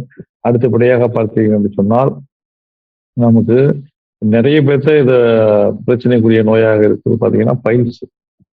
இந்த பைல்ஸ் எப்படி வருது அப்படின்னா இந்த பைல்ஸ் வருவதற்கு மிக முக்கியமான காரணமே பார்த்தீங்கன்னா மலச்சிக்கல் தாங்க. முதல் காரணமே மலச்சிக்கல் தான். இது அந்த மலச்சிக்கல் என்ன எப்படி வருது அப்படின்னா இந்த மலச்சிக்கல் வருவதற்கு மிக முக்கியமான விஷயம் என்னன்னா அதிகமா இந்த மாதிரி இருக்கிறவங்க தண்ணி குடிக்க மாட்டாங்க, நிறைய தண்ணி குடிக்க மாட்டாங்க. அதே மாதிரி கொழுப்பு மிகுந்த உணவுகளை அதிகமா உணவுகளை சேர்க்க மாட்டாங்க. ஏன்னா கொழுப்பு நாம சாப்பிட்டோம்னா கொழுப்பு நிறைய சேர்ந்து வெயிட் ஆகி போயிடும் அப்படின்னு நினைக்கிறாங்க. ஆனா கொழுப்பும் ஒரு மிக அத்தியாவசியமான ஒரு பொருளாக நம்ம உடலுக்கு தேவைப்படுகிறது. அதுல இதெல்லாம் ஒண்ணு. அப்புறம் அதனால அந்த இடத்துல என்ன பண்ணும் அப்படின்னா உடம்புல நீர்ச்சத்து குறைந்து அந்த மலமானது அந்த மலம் வெளியேற்றுவதற்கும் ஒரு நீர் தேவைப்படுகிறது. புரியுதுங்களா? நீங்க தண்ணீரை அதிகமா குடிக்காமல் இருக்கும் பொழுது அந்த மலமானது வெளியேறுவது கொஞ்சம் சுலமாக இருக்கும். அப்ப அந்த மல குடல் வழியாக அது வெளியேறுவது சுலமாக இருக்கும்போது ஆட்டோமேட்டிக்கா அது உள்ளார மலம் கெட்டிப்பட்டு அப்படியே தங்கிவிடும். அப்ப ஆட்டோமேட்டிக்கா அந்த சாப்பிடுகின்ற அந்த சாப்பாடு அந்த ஜீரண பிரச்சனை இது போல எல்லா பிரச்சனையும் அது உருவாகும் அந்த மலச்சிக்கல்னால. அப்ப அந்த மலச்சிக்கல்ல அந்த ஆசன வயதெல்லாம் அந்த தங்கும் பொழுது பாத்தீங்கன்னா அந்த இடத்துல ஒரு இறுக்கமான ஒரு சுச்சுவேஷன் ஏற்படும். அப்ப அது ரொம்ப ப்ரெஸ் பண்ணி அந்த நம்ம மலத்தை வெளியேற்றும் பொழுது அந்த இடத்துல ஒரு வலி, வேதனை, அப்புறம் சில பேருக்கு ரத்தம் வரக்கூடிய பிரச்சனை எல்லாம் இருக்கும். அப்புறம் இன்னும் சில பேர் அது நாள்பட்டு இருக்கும் பொழுது அந்த மலச்சிக்கல் பாத்தீங்கன்னா அந்த குழல் போன்ற பாட்டு இருக்குதுங்களா ஆசன வாயில அது கலந்து அப்படியே வெளியே வந்துவிடும். இதுதான் வெளிமூலம் என்று அவர்கள் சொல்லுவார்கள். உள்மூலம் என்பது இந்த ரத்தம் மட்டும் வருவது, வெளிமூலம் இந்த வகையாக இருக்கும். இது ஆட்டோமேட்டிக்கா வெளியே வரும். சில பேருக்கு வெளியே வராது, சில பேருக்கு வெளியே வந்தாலும் உள்ள தானா போயிடும், சில பேருக்கு வெளியே வந்தாலும் அதை கையை வச்சு தள்ளி விட்டாதான் உள்ள போகும். அதனால் இதுக்கு நம்ம உணவுப் பொருட்களை தான் நம்ம மிக முக்கியமா பார்த்தோம். இது பெரும்பாலும் பாத்தீங்கன்னா இந்த மூலம் நோயை பாத்தீங்கன்னா பெரும்பாலும் உட்கார்ந்துக்கிட்டே ரொம்ப நேரம் உட்காந்துக்கிட்டு வேலை செஞ்சுட்டு இருக்கிறாங்க இல்லைங்களா, அவங்களுக்கு தான் இந்த நோயை வரும். அது என்ன காரணம் கேட்டீங்கன்னா அதிகமா அந்த ஹீட் ப்ரொடக்ஷன் ஆகி அது வெளியில அது ஹீட்டு வெளியில போறதுக்கான ஒரு வாய்ப்பை அது ஏற்படுத்தாத இருக்கும் பொழுது அது அந்த இடத்துல சூடு வந்து அதிகமாகி அது மலமானது இறுகி கட்டிப்பட்டு இந்த நோயானது வருகிறது அப்படின்னு சித்த மருத்துவம் சொல்கிறது. இயல்பாகவே பார்த்தீங்கன்னா இந்த நோய் பார்த்தீங்கன்னா அதிகமாக சேர்ல சிட்டிங் பொசிஷன் ரொம்ப நேரம் உட்காந்துட்டு இருக்கிறவங்களுக்கு வரும். அப்புறம் டிரைவருங்களுக்கு அதிகமாக வர்றது நம்ம பார்க்கலாம். டிரைவருங்களுக்கு தான் இது காமனாகவே வந்துட்டு இருக்கு. ஆகவே இவர்களெல்லாம் பார்த்தீங்கன்னா கொஞ்சம் இது மோர் போன்ற உணவுகளை எல்லாம் அதிகம் எடுத்துக்கொள்ள வேண்டும். கொஞ்சம் நெய் சேர்ந்த உணவுகளை எல்லாம் கொஞ்சம் சாப்பாடு எடுக்கும் பொழுது அது இந்த மூலம் வராமல் தடுப்பதற்கு ஒரு மிகச்சிறந்த ஒரு உணவாக இருக்கின்றது. அதே போல மேக்சிமம் மூலம் வந்துருச்சு அப்படின்னு தெரிஞ்சுட்டா என்ன பண்ணணும்னா இந்த மசாலா சேர்ந்த உணவுகள், பச்சை மிளகா, அதே போல பிரியாணி, நான் வெஜிடேரியன் இந்த உணவுகளை எல்லாம் முற்றிலுமாக தவிர்த்து விட வேண்டும். புரியுதுங்களா? இதை தவிர்த்துட்டு அன்றாடம் நம்ம வந்து உணவில் காய்கறிகள் அதிகமாக நம்ம சாப்பிட வேணும். இந்த கருணைக்கிழங்கு இருக்கு இல்லைங்களா, கருணைக்கிழங்கு அடிக்கடி நம்ம சாப்பிடணும். ஏன்னா இந்த கருணைக்கிழங்கு தான் நம்ம இந்த பயிற்சிக்கு கருணைக்கிழங்கு லேகின்னு சொல்லிட்டு நம்ம அந்த ஒரு மருந்து நம்ம சித்த மருத்துவத்தில் இருக்குது. ஆனால் உணவுல நம்ம கருணைக்கிழங்கு அதிகமாக சேர்க்கும் பொழுது இந்த நோயானது முற்றிலுமாக குணமாவதற்குண்டான ஒரு வாய்ப்புகள் எல்லாம் இருக்கின்றன. ஆகவே அந்த கருணைக்கிழங்கு லேகியம் வாங்கி நம்ம சாப்பிடலாம். அதோடு மட்டும் இல்லாமல் நிறைய மருந்துகள் சித்த மருத்துவத்தில் இந்த பயிற்சி குணமாக இருக்கின்றது. அப்ப நீங்க அந்த பயிற்சி நம்ம சரியா நம்ம தெரிஞ்சுக்கணும் அப்படின்னம்னா இது மாதிரியான விஷயங்களை எல்லாம் இப்ப சொன்னோம் இல்லைங்களா, இந்த மாதிரியான விஷயங்கள் பூராம நம்ம அவாய்ட் பண்ணிடணும். அவாய்ட் பண்ணிட்டு அந்த உணவுகளையும் அவாய்ட் பண்ணிடணும். இப்ப சொன்ன உணவுகளை எல்லாம் அப்புறம் எளிதில் ஜீரணமாகக்கூடிய உணவுகளை நம்ம சாப்பிட்டு நான் இந்த உணவை குணமாக்கலாம். அப்ப கீரை காய்கறியை நிறைய சேர்த்துக்கணுங்க. இந்த மாதிரி கோதுமை சேர்ந்த உணவுகள், அதே மாதிரி இந்த மைதாவில் சேர்க்கப்பட்ட உணவுகள் எல்லாம் மேக்சிமம் சாப்பிடக்கூடாது. இதெல்லாம் பிஸ்கட்லாம் அதிகமா சாப்பிடக்கூடாது. சில பேர் பார்த்தீங்கன்னா நிறைய பிஸ்கட் சாப்பிடுவாங்க. அதாவது சின்ன குழந்தைங்க சாப்பிட்றத விட பெரியவங்களும் நிறைய பேர் சாப்பிடுவாங்க. பிஸ்கட்டு, இந்த ரொட்டி, இந்த ரஸ்க்கு இது போன்ற உணவுகளை எல்லாம் சாப்பிடுவாங்க. அதாவது மலச்சிக்கல் இருப்பவர்கள், இந்த மாதிரி மூல நோய் இருப்பவர்கள் இதெல்லாம் கொஞ்சம் விலக்கி வைத்திடணும். புரியுதுங்களா? அப்ப இதெல்லாம் வந்து மலம் வந்து இறுகி கெட்டிப்படுவதற்கு உண்டான ஒரு வாய்ப்பை அது ஏற்படுத்தி வரும். அதனால நம்ம இந்த மைதாவினால் செய்யப்பட்ட உணவுகள், கோதுமையினால் செய்யப்பட்ட உணவுகள் எல்லாம் கொஞ்சம் அளவே நாம தவிர்த்துட்டு மற்ற வகையான உணவுகளை எல்லாம் நாம சாப்பிடும் பொழுது இந்த பிரச்சனை உங்களுக்கு வராது. ஆகவே இதை நீங்கள் தினந்தோறும் இந்த மாதிரியான உணவு முறைகளை நீங்கள் எடுத்துக்கொள்ளும் பொழுது உங்களுக்கு எந்த பிரச்சனையும் அதில் ஏற்படாது. அதனால இந்த பயிற்சி விஷயத்தில் பார்த்தீங்கன்னா மூல நோய்களில் மிக முக்கியமாக மலச்சிக்கல் வருவதற்கு காரணம் மலச்சிக்கல். அந்த மலச்சிக்கல் இல்லாமல் நம்ம பார்த்து கொண்டாலே இந்த மூல நோய் வரவே வராது. அப்ப மலச்சிக்கல் இல்லாமல் பார்த்துக்கொள்வது இப்ப சொன்ன விஷயங்கள்லாம் நீங்க செஞ்சீங்கன்னா மலச்சிக்கல் இருக்காது. புரியுதுங்களா? இந்த மலச்சிக்கல் இந்த மாதிரி மூல நோய்கள் மலச்சிக்கல் பிரச்சனைக்கு பார்த்தீங்கன்னா தினந்தோறும் அந்த திராட்சை பழத்தை உள்ள திராட்சையை தண்ணியில ஊற வச்சு கொஞ்சம் சாப்பிடுங்க. அப்புறம் வாழைப்பழம் தினமும் பகல் நேரங்கள்ல 2 வாழைப்பழம் சாப்பிடுங்க. புரியுதுங்களா? இதெல்லாம் சப்போட்டா பழம் சாப்பிடுங்க. இதெல்லாம் சாப்பிட்டீங்கன்னாவே உங்களுக்கு ஆட்டோமேட்டிக்கா பழங்கள், கீரைகள், காய்கறிகளை அதிகமா நீங்க சாப்பிட்டீங்கன்னாவே இந்த மலச்சிக்கல் பிரச்சனை உங்களுக்கு வராது. அப்படின்னா ஒருத்தருக்கு மலச்சிக்கல் பிரச்சனை வருதுன்னா அவர் சரியான உணவை பங்கீடு செய்து சாப்பிட வரல அப்படின்னு தான் நம்ம சொல்லணும்.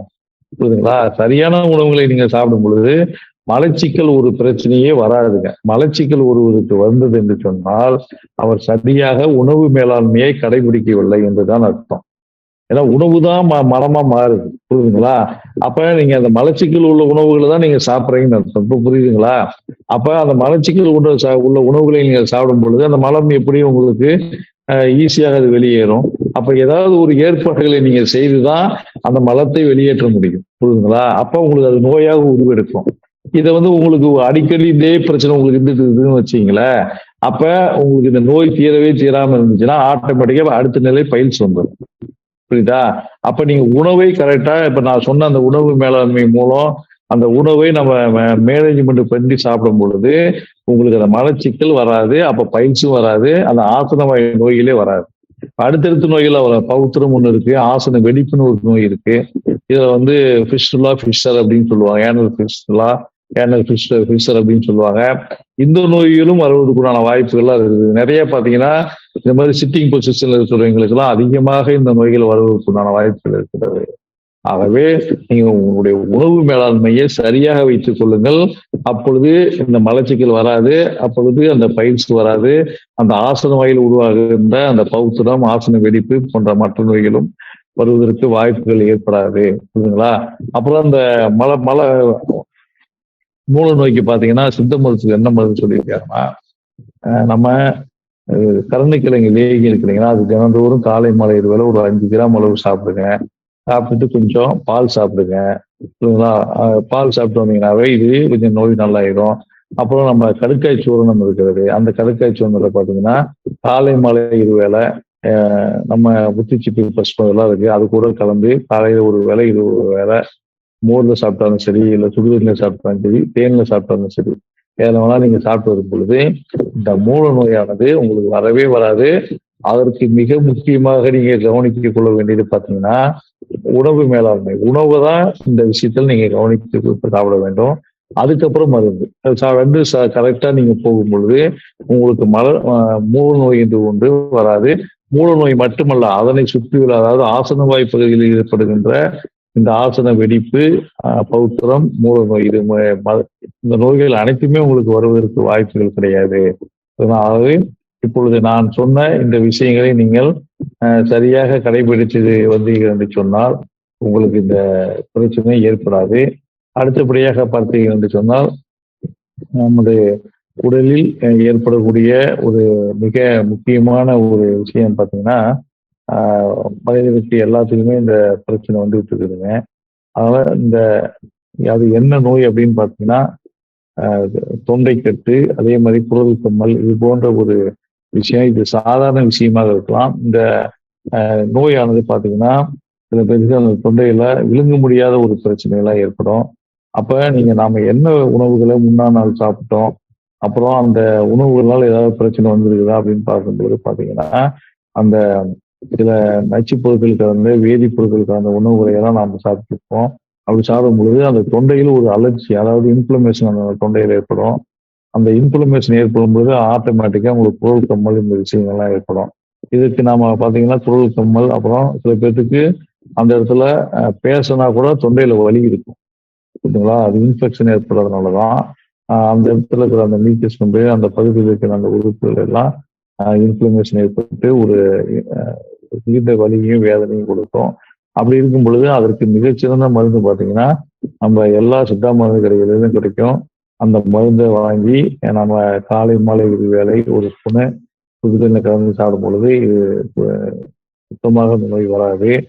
அந்த மருந்து பார்த்தீங்கன்னா நம்ம திரிகடுகு சோளம், புரியுதுங்களா? திரிகடுகு சோளத்துக்கு கூட சிறிதளவு நம்ம இந்த பஸ்மம், அதாவது அயச்செந்தூரம் அல்லது நம்ம தூக்கில் பற்போம், புரியுதுங்களா? அயச்செந்தூரமே போதுமானது. இந்த அயச்செந்தூரத்தை அந்த திரிகடுகு சோளத்தோட கலந்து சரி, அல்லது இதுக்கு திரிகடுகு சோளத்தில் மிகச்சிறந்த ஒரு மருந்து கலப்பதற்கு இருக்கிறது. அந்த மருந்து பார்த்தீங்கன்னா முத்துச்சிப்பி பருப்பம். இந்த முத்துச்சிப்பி பருப்பத்தையும் சேர்த்து அந்த திரிகடுகு சோளத்தில் கலந்து நாம சாப்பிடும் பொழுது உங்களுக்கு மிகுந்த தொண்டைக்கட்டு, அந்த குரல் கம்மல், அந்த குரல் மங்கி போகுதல், இந்த பிரச்சனைகள் எல்லாம் அது சீக்கிரமாக அது குணமாக்கி விடும். ஆகவே ஆனா சுடுதண்ணியில தான் நம்ம சாப்பிட்டு வரணும். எப்பயுமே சூடான பொருட்களை தான் சாப்பிடணும். சுடுதண்ணியும் சாப்பிடலாம். அதே போல இந்த தூதுவளையெல்லாம் இருக்குது இல்லைங்களா? தூதுவளை சூர்ணம் எல்லா சித்தா மருந்து கடைகளிலும் கிடைக்கிறது. அந்த தூதுவளை சூர்ணம், கண்டங்கத்திரி சூர்ணம், புரியுதுங்களா? கற்பூரவள்ளி சூர்ணம், இதெல்லாம் நம்ம வாங்கி அந்த பவுடர் ஒன்னா கலந்து அதுலயும் ஒரு ஸ்பூன் நம்ம சாப்பிட்டு வரும் பொழுது இந்த தொண்டை கற்றல் குறுக்கமெல்லாம் நீங்கிடும். அதே உணவு முறைகளையும் குளிர்ச்சியான பொருட்கள், எண்ணெய் பதார்த்தங்கள், புளிப்பு இதெல்லாம் கொஞ்சம் நாம அவாய்ட் பண்ணிட்டு வரணும். இது பண்ணாவே அந்த நோயானது முழுமையாக குணமாகிவிடும். அடுத்தபடியாக பார்த்தீங்கன்னு சொன்னால் நம்ம நிகழ்ச்சியில் அடுத்தது கேள்வி பதில் நிகழ்ச்சி நம்ம பார்க்க போறோம். இந்த கேள்வி பதில் நிகழ்ச்சியில் பல்வேறு தரப்பு நேயர்கள் சில கேள்விகளை அவர்கள் கேட்பார்கள். அந்த கேள்விகளுக்கு நம்ம பதிலளிக்கும் முகமாக நிகழ்ச்சி காணப்படுகிறது. முதலாவதாக பார்த்தீர்கள் என்று சொன்னால் கோயம்புத்தூர் மாவட்டத்திலிருந்து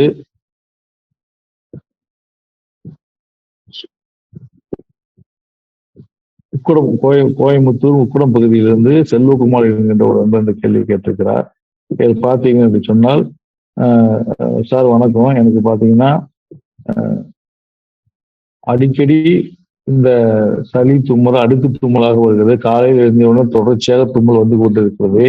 இந்த தும்மல் நிறுத்துவதற்கு ஒரு மணி நேரம் 2 மணி நேரம் ஆகிவிடுகிறது. ஏனென்று சொன்னால் எழுந்தவுடன் இந்த தும்மல் இருந்தனால் தினமும் இந்த தும்மல் பிரச்சனையால் நான் அவதிப்பட்டு வந்திருக்கின்றேன். ஆனால் இந்த அடுக்கு தும்மல் வருவதற்கு அதை நிறுத்துவதற்கு நீங்கள் ஏதாவது சித்த மருத்துவத்தில் வைத்தியம் இருந்தால் மருத்துவம் இருந்தால் கொடுங்க சார் அப்படின்னு கேட்டிருக்காரு. இது பார்த்தீங்கன்னா கோயம்புத்தூர் மாவட்டம் கோயம்புத்தூர் பகுதி உக்கடத்திலிருந்து செல்வகுமார் என்ற ஒரு அன்பர் அவர் கேள்விக்கிறார். இந்த அடுக்கு தும்மல் அப்படின்னு சொல்றாரு. இப்ப நம்ம அதை தான் பேசிட்டு இருந்தோம். இந்த அடுக்கு தும்மல் வருவதற்கு மிக முக்கியமான காரணம் பார்த்தீங்கன்னா ஒன்று சைனஸா இருக்கலாம், இல்லைன்னா அலர்ஜியினுடைய விஷயமாக இந்த அடுக்கு தும்மல் வரும். ஆகவே இன்னும் சில பேருக்கு பார்த்தீங்கன்னா மூக்கில் ஏதாவது சதை வலிச்சிருந்தாலும் கூட வர்றதுக்கான வாய்ப்புகள்லாம் இருக்குது. மூக்கடைப்பதால ஏற்படும். அப்புறம் அலர்ஜி பிரச்சனையாலும் இருக்கும். ஆகவே எதுவாக இருந்தாலும் பார்த்தீங்கன்னா சில மருந்துகளை நான் சொல்கிறேன். அந்த மருந்துகளை வாங்கி சாப்பிடுவாங்க. பார்த்தீங்கன்னா தாலி சாதி சூர்ணம் அப்படின்னு ஒரு வகையான சூர்ணமானது எல்லா சித்த மருந்து கடையிலையும் கிடைக்கும். அந்த சூர்ணத்தை வாங்கிட்டு அது கூட பார்த்தீங்கன்னா சிவனாரமிதம் அப்படின்னு ஒரு மருந்து இருக்கு. அந்த மருந்தையும் அது கூட மிக்ஸ் பண்ணிட்டு காலை மாலை இதுவேளை ஒரு ஸ்பூனுகளை கலந்து சாப்பிடும் பொழுது அந்த பிரச்சனை உங்களுக்கு குணமாகிவிடும். அதே போன்று உணவு முறைகளாக நீங்க பாத்தீங்கன்னா குளிர்ச்சியான பொருட்களை எல்லாம் நீங்க கொஞ்சம் அவாய்ட் பண்ணிருங்க. இனிப்புகள், எண்ணெய் பலகாரங்கள், எண்ணெய் பதார்த்தங்கள், அதே மாதிரி அதாவது துரித உணவுகள், இது போன்ற அதாவது உடம்புக்கு ஒவ்வாத உணவுகளை எல்லாம் நீங்க அறவே தவிர்த்து விடுங்கள். அப்படி தவிர்க்கும் பொழுது உங்களுக்கு இந்த மருந்து மிகுந்த பலனை கொடுக்கும். உணவு கட்டுப்பாட்டோடு நம்ம மருந்தை சாப்பிடும் பொழுதுதான் இந்த நோயானது முற்றிலுமாக குணமாக. ஏனென்று சொன்னால் நம்ம சித்த மருத்துவமே உணவே மருந்து, மருந்திய உணவு என்ற அடிப்படையில் தான் அது கட்டமைக்கப்பட்டிருக்கின்றது. உணவு செய்து சாப்பிட்டாலே உங்களுக்கு அந்த எந்த நோயும் வராது என்று நாம சித்தர்கள் கூறியிருக்கின்றனர். அந்த வகையில் இந்த பிரச்சனைக்கு நான் இப்போ கூறிய மருந்துகளை எல்லாம் நீங்க வாங்கி சாப்பிடுங்கள். அதோடு மட்டும் இல்லாமல் உணவையும் அது கூட நீங்க கட்டுப்பாட்டில் வைத்து அதை சீர்படுத்தி உண்ணும் பொழுது இந்த அடுக்கு தும்மல் என்ற இந்த ஒரு பிரச்சனையானது உங்களுக்கு குணமாகும். அடுத்தபடியாக பார்த்தீங்க சொன்னால்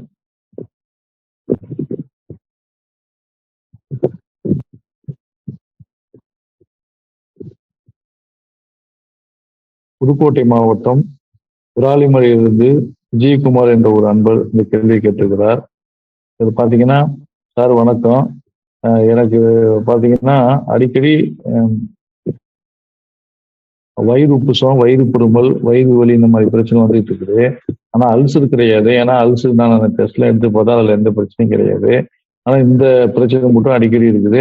அது சில பொருட்களை சாப்பிடும் பொழுது இன்னும் அதிகமாக காணப்படுகிறது. இந்த உருளைக்கிழங்கு, புளிப்பு அதிகமான பொருட்கள்லாம் சாப்பிடும்போது இந்த பிரச்சனை அதிகமாக இருக்கிறது. அதே மாதிரி ஜீரணத்தன்மையும் கொஞ்சம் குறைவாக இருக்குது சார். இதுக்கு நல்ல சித்த மருந்துகள் இருந்தாலும் சித்த மருத்துவத்தில் என்ன மருந்துகள் இருக்கின்றது என்று கூறுங்கள் சார் அப்படின்னு கேட்டிருக்காரு. இது பார்த்தீங்கன்னா புதுக்கோட்டை மாவட்டம் விராலிமலையிலிருந்து விஜயகுமார் என்ற ஒரு அன்பர் இந்த கேள்வியை கேட்டிருக்கிறார்.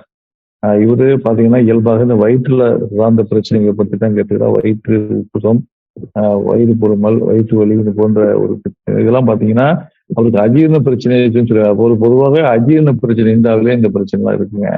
அதனால நீங்க இது சாதாரண பிரச்சனையாக நம்ம நினைக்க கூடாது. ஏனென்றா வயிறு நல்லா இருந்தாதான் உடம்பே நல்லா இருக்கும். வயிறுல தான் அந்த உணவானது ஜீரணமாக்கப்பட்டு அந்த உணவினுடைய சாரங்கள் எல்லாம், சத்துக்கள் எல்லாம் உடல் உறிஞ்சிகளால் உறிஞ்சப்பட்டு மற்ற எல்லா உறுப்புகளுக்கும் அது சென்றடைகிறது. அப்படி சென்றடைந்தால்தான் இந்த உடலில் இருக்கின்ற உறுப்புகள், திசுக்கள், செல்கள் எல்லாம் நன்றாக வேலை செய்யும். அப்பொழுதுதான் இந்த உடம்பானது நன்றாக இயங்கும். புரியுதுங்களா? அப்படி அந்த வகையில் பார்த்தீங்கன்னா வயிற்றை நம்ம நன்றாக வைத்துக் கொள்ள வேண்டும். வயிற்றில் உறுப்புகளையும் நன்றாக வைத்திருக்கும் பொழுதுதான் அந்த ஜீரணமானது நல்ல முறையில் நடக்கும். அதனாலதான் நாம இந்த ஜீரண மண்டலத்தை நம்ம மிக கவனத்தோடு அதுக்கு என்னென்ன உபாதைகள் அதில் வரும், அதுக்கு என்னென்ன தீர்வுகள் எளிமையான தீர்வுகள் என்ன என்ற பற்றியெல்லாம் நம்ம அடிக்கடி பேசிட்டு வந்திருக்கிறோம். அதனால வயிற்று பிரச்சனையை நாம சர்வசாதாரணமாக எடுத்துக்கொள்ளக்கூடாது. அதை உடனடியாக நாம எந்த விதமான நோய்கள் வந்தாலும் அதில் உடனடியாக நாம கவனம் செலுத்தி அந்த நோய்களை குணமாக்குவதற்குண்டான வேலைகளை நாம செய்ய வேண்டும். அந்த வகையில் இந்த நோயானது உங்களுக்கு இந்த பிரச்சனை இருக்கிறது. இந்த பிரச்சனைக்கு நீங்க பாத்தீங்கன்னா உங்களுடைய உணவுகளை சீர்படுத்திக் கொள்ளுங்கள். எப்படின்னு கேட்டீங்கன்னா, இந்த வாயு பதார்த்தங்களான உருளைக்கிழங்கு, வாழைக்காய், முருங்கைக்காய், கொத்தவரங்காய், புளி இது மாதிரியான உணவுகளை முதலே அறவே தவிர்த்து விடுங்கள். அதே மாதிரி நான் வெஜிடேரியன் என்று சொல்லப்படுங்க வெள்ளாட்டுக்கறி மட்டும் கொஞ்ச நாள் இந்த நோய் தீரும் வரை கொஞ்ச நாளைக்கு சாப்பிடுங்க. அதுக்கப்புறம் மற்ற நல்லானதுக்கு அப்புறம் மற்றதெல்லாம் சாப்பிடுங்க. இப்போதைக்கு இந்த மாதிரி சாப்பிடுங்க. அதே மாதிரி மசாலா பொருட்கள், பச்சை மிளகாய் சேர்ந்த உணவுகள், எண்ணெய் பதார்த்தங்கள், வேதிப்பொருட்கள் நிறைந்த உணவுகள் இதையெல்லாம் மேக்சிமம் அவாய்ட் பண்ணிடுங்க. புரியுதுங்களா? இதெல்லாம் சாப்பிட்டீங்கன்னா இன்னும் அதிகமாகும். ட்ரிகர்னு சொல்றோம் இல்லைங்களா? இதெல்லாம் இன்னும் தூண்டி விட்டுரும். அதனால இது போன்ற உணவுகளை எல்லாம் மேக்சிமம் தவிர்த்து விடுங்கள். அதே மாதிரி மோர் நிறைந்த உணவுகளை நீங்க அதிகமாக எடுங்க. மோர் நிறைந்த உணவுகளை நீங்கள் அதிகமாக எடுக்கும் பொழுது அது உங்களுக்கு நிறைய பலன்களை கொடுக்கும். அதில் நிறைய ஏற்கனவே கூறியது போல ப்ரோபயாட்டிக்ஸ் என்று சொல்லப்படுகின்ற எண்ணற்ற பயன்கள் அதில் இருக்கின்றன. ஆகவே மோர் உணவுகளை எடுங்கள். எளிமையாக ஜீரணமாகக்கூடிய உணவுகளை எடுங்க. அதாவது பருப்பு தனி மாதிரி வச்சு அதை சாப்பிடுங்க. அதே போன்று பார்த்தீங்கன்னா இந்த கீரை குழம்பு லேசாக வச்சு சாப்பிடணும். ஏன்னா கீரை எளிதில் ஜீரணமாகாது. இருந்தாலும் நம்ம கீரை இந்த தூரம் பருப்புலாம் கலந்து சாப்பிடும் பொழுது இந்த மாதிரி விஷயத்துக்கு அது நன்றாக இருக்கும். அது கீரை குறைந்தளவே நம்ம எடுத்துக்கொள்ள வேண்டும். அதே மாதிரி எண்ணெய்கள் தாளித்த பொருட்களை அறவே நீக்கிவிட்டு எண்ணெயில் இல்லாத உணவுகளை நாம் அதிகமாக எண்ணெய் குறைவாக சேர்த்துக்கொண்ட உணவுகளை எடுத்துக்கணும். அதே மாதிரி இட்லி நம்ம சாப்பிட்டுக்கலாம். தோசை சாப்பிட்றத விட இட்லி நல்லா இருக்கும் இது மாதிரி விஷயத்துல. அது மாதிரி இது மாதிரியான உணவுகளையும் நாம எடுத்துக்கொண்டு இந்த மாதிரியான இந்த பிரச்சனைக்கு பாத்தீங்கன்னா சில மருந்துகளை நான் சொல்றேன். அஸ்தச்சூர்ணம் அப்படின்னு ஒரு சூர்ணம் இருக்கு.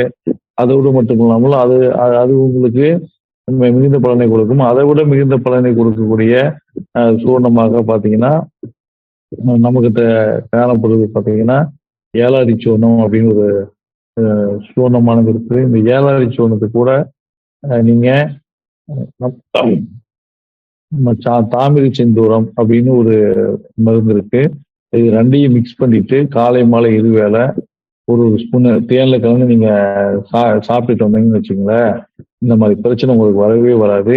அதோடு மட்டும் இல்லாமல் பாத்தீங்கன்னா இந்த கருசாலை சேர்ந்த மருந்துகள், கருசாலை மாத்திரை இருக்கு. அதே போது கருசாலை, கீழாநெல்லி, பொன்னாங்கண்ணி, மஞ்சள், புரியுதுங்களா? அதே போட்டு இந்த மிளகு தக்காளி, மணத்தக்காளி நம்ம சொல்லுவோம். அது மிளகு தக்காளி இது போன்ற கீரைகள் கலந்த ஒரு சூர்ணமானது எல்லா சித்தா மருந்து கடையிலும் கிடைக்கும். இதை வாங்கிட்டு காலை மாலை இருவேளை ஒரு ஸ்பூனு ஒரு ஸ்பூனு தேன்ல கலந்து சாப்பிடுங்க. அது சாப்பிடும் பொழுது இந்த மாதிரி பிரச்சனை உங்களுக்கு வராது. உணவும் எளிதில் ஜீரணமாகும். ஆகவே இந்த நோய் நிலையிலிருந்து எளிதில் நீங்கள் குணமாக்கி கொள்ளலாம். ஆகவே இந்த மாதிரியான உணவு முறைகளை நீங்கள் எடுத்துக்கொள்ளுங்கள். அதோடு மட்டுமல்லாமல் நான் கூறிய இந்த மருந்துகளை நீங்கள் சேர்த்து சாப்பிடும் பொழுது இந்த நோயானது எளிதில் குணமாகும். ஆகவே இந்த மாதிரி நீங்க மருந்துகளை சாப்பிட்டு உங்களுடைய நோயை நீங்கள் குணமாக்கிக் கொள்ளுங்கள். அடுத்தபடியாக பார்த்தீங்கன்னா இந்த நிகழ்ச்சி முடிந்த பின்னாலும் உங்களுக்கு ஏதேனும் சந்தேகம் இருப்பின் எனது வாட்ஸ்அப் எண்ணான 9514325454 என்ற எண்ணில் தொடர்பு கொண்டு உங்களுடைய சந்தேகங்களையும் உங்கள் நோய்களுக்குண்டான ஆலோசனைகளையும் கேட்டு தெரிந்து கொண்டு அதற்குண்டான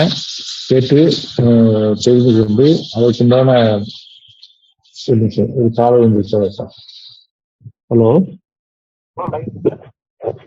ஹலோ ஆமா சொல்லுங்க. யாருங்க? இல்ல டேட்டா பத்தி இது வந்துங்க மருத்துவம் சார்ந்த லைவ். அதான் உங்களுக்கு ஏதாவது நோய் பிரச்சனை தான் சொல்லுங்க. என்னங்க? சரிங்க.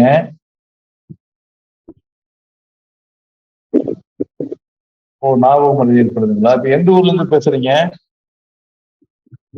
அப்படியா? சரிங்க. உங்க பேரு? சரிங்க. அதாவது நீங்க இப்ப இந்த ஞாபக மருந்துக்கு பாத்தீங்கன்னா ஏஜ் எவ்வளவு வச்சுங்க? அப்படியா? அதாவது இந்த ஞாபக மருந்துக்கு பாத்தீங்கன்னா நீங்க நம்ம சித்த மருந்துகள்ல பாத்தீங்கன்னா நம்ம வல்லாரை மாத்திரைங்க எல்லா மருந்து கடையிலுமே கிடைக்கும். வல்லாரை மாத்திரை. ஆமா, வல்லாரை மாத்திரை இருக்கும். அதே மாதிரி பார்த்தா சரஸ்வதா அதிர்ஷ்டம்னு ஒரு அதிர்ஷ்டம் இருக்குங்க. எல்லா சித்த மருந்து கடையிலும் கிடைக்கும். அதை வாங்கி இது ரெண்டையும் நீங்க சாப்பிடும்போது அது உங்களுக்கு அது இன்னும் ஞாபக சக்தி வரும். வல்லாரை கீரை கிடைச்சாலும் நீங்க நல்லா வாங்கி சாப்பிடலாம். என்னங்க? டேப்லெட் மாதிரி தாங்க. டேப்லெட் மாதிரிக்கும் டானிக் இருக்கு. அது கூட பாத்தீங்கன்னா நம்ம கடுக்காய் மாத்திரைன்னு ஒரு மாத்திரை இருக்கும். புரியுதுங்களா? அந்த மாத்திரையும் கூட வச்சுங்க. வல்லாரை மாத்திரை காலையிலயும் இரவு நேரங்கள்லயும் 2 மாத்திரை சாப்பிடுங்க. அந்த கடுக்காய் மாத்திரை வந்து காலையில ஒண்ணு, நைட் ஒண்ணு. இந்த மாதிரி ஒண்ணு ஒண்ணு சாப்பிடுங்க. என்னங்க? ஹலோ? அந்த சரஸ்வத அதிர்ஷ்டம்னு சொல்லியிருக்கேன். அதிர்ஷ்டம். அது டானிக்கு அது உங்களுக்கு அது வேணும்னா இது 2 கூட போதுமானது. அது டானிக் இது பெரிய பாட்டிலா இருக்கும். அதனால இது 2மே அதுக்கு தான் அந்த கடுக்காய் மாத்திரை உங்களுக்கு சொல்லியிருக்கிறேன். அந்த வல்லாரை மாதிரி கடுக்காய் மாத்திரை வாங்கிக்கோங்க. இது இது ஒண்ணு ஒண்ணு அது 2 அது சாப்பிடுங்க. சாப்பிட்டு வந்தீங்கன்னாவே இதுலயே உங்களுக்கு ஞாபகம் தான் சரியாயிடும். அது மட்டும் இல்லாம நீங்க சில விஷயங்கள்லாம் செய்யணும். அதாவது ஒரு கான்சென்ட்ரேட் பண்ணா அதுலயே கான்சென்ட்ரேட்டா இருக்கணும். மனசு வந்து அலைபாய் விடாம இருக்கு. ஏன்னா நாமளும் சில பிசிக்கலா சில விஷயங்கள்லாம் பண்ணும்போது தான் அந்த மெமரி பவர் வந்து இன்னும் இன்க்ரீஸ் ஆகும். மனசு வந்து அலைபாய விடக்கூடாது முதல்ல. அது ஏதாவது மொபைல் பார்க்கறது இது மாதிரி நிறைய விஷயங்கள் இருந்தது அப்படின்னா உங்களுக்கு இருக்குதா இல்லையான்னு எனக்கு தெரியல. அது மாதிரி மனசு ஆமா மற்ற ஆக்டிவிட்டிஸ்ல ஈடுபடுத்தாம நம்ம படிப்புல மட்டுமே அந்த அந்த அதாவது படிக்கணும்னா அந்த படிப்புல மட்டுமே கவனத்தை செலுத்தணும். அப்படி அந்த அந்த டைம்ல அப்படி பண்ணீங்கன்னா உங்களுக்கு அந்த பிரெயின் வந்து உங்களுக்கு அது ஒத்துழைக்கும்னு வச்சுக்கோங்களேன். ஆட்டோமேட்டிக்கா ஒரு தடவைக்கு 2 தடவை படிச்சீங்கன்னாவே அது உங்களுக்கு மெமரி பவர் கண்டிப்பா இன்க்ரீஸ் ஆகிறதுக்கு வாய்ப்பு இருக்கு. கூட இந்த மருந்துகளையும் சாப்பிடுங்க. டெய்லி சாப்பிடணும். ஆமா, எல்லாமே சாப்பாட்டுக்கு அப்புறம் தாங்க. அதான் சரி. சாப்பிட்ட அப்புறம் எப்படின்னு சொல்லுங்க. ஓகே. ஒரு அவருக்கு ஞாபக மருதி என்ற ஒரு பிரச்சனையை பற்றி கேட்டால் அதுக்கு நம்ம சொல்லியிருக்கிறோம். ஆகவே உங்களுக்கு ஏதாவது இந்த நோய்களை பற்றிய சந்தேகங்களும் அந்த நோய்களுக்கு தேவையான ஆலோசனைகளும் தேவைப்படும் என்னை நீங்கள் இந்த 9514325454 என்ற எண்ணில் நீங்கள் தொடர்பு கொள்ளலாம். உங்களுக்கு தேவையான அந்த சந்தேகங்களும் தீர்ந்துவிடும். உங்கள் நோய்களுக்கு உண்டான ஆலோசனைகளும் நாங்கள் வழங்குவோம். ஆகவே நீங்கள் இந்த எண்களில் நீங்கள் வாட்ஸ்அப்பிலோ அல்லது போன் மூலமாகவோ என்னை நீங்கள் தொடர்பு கொள்ளலாம். வணக்கம்.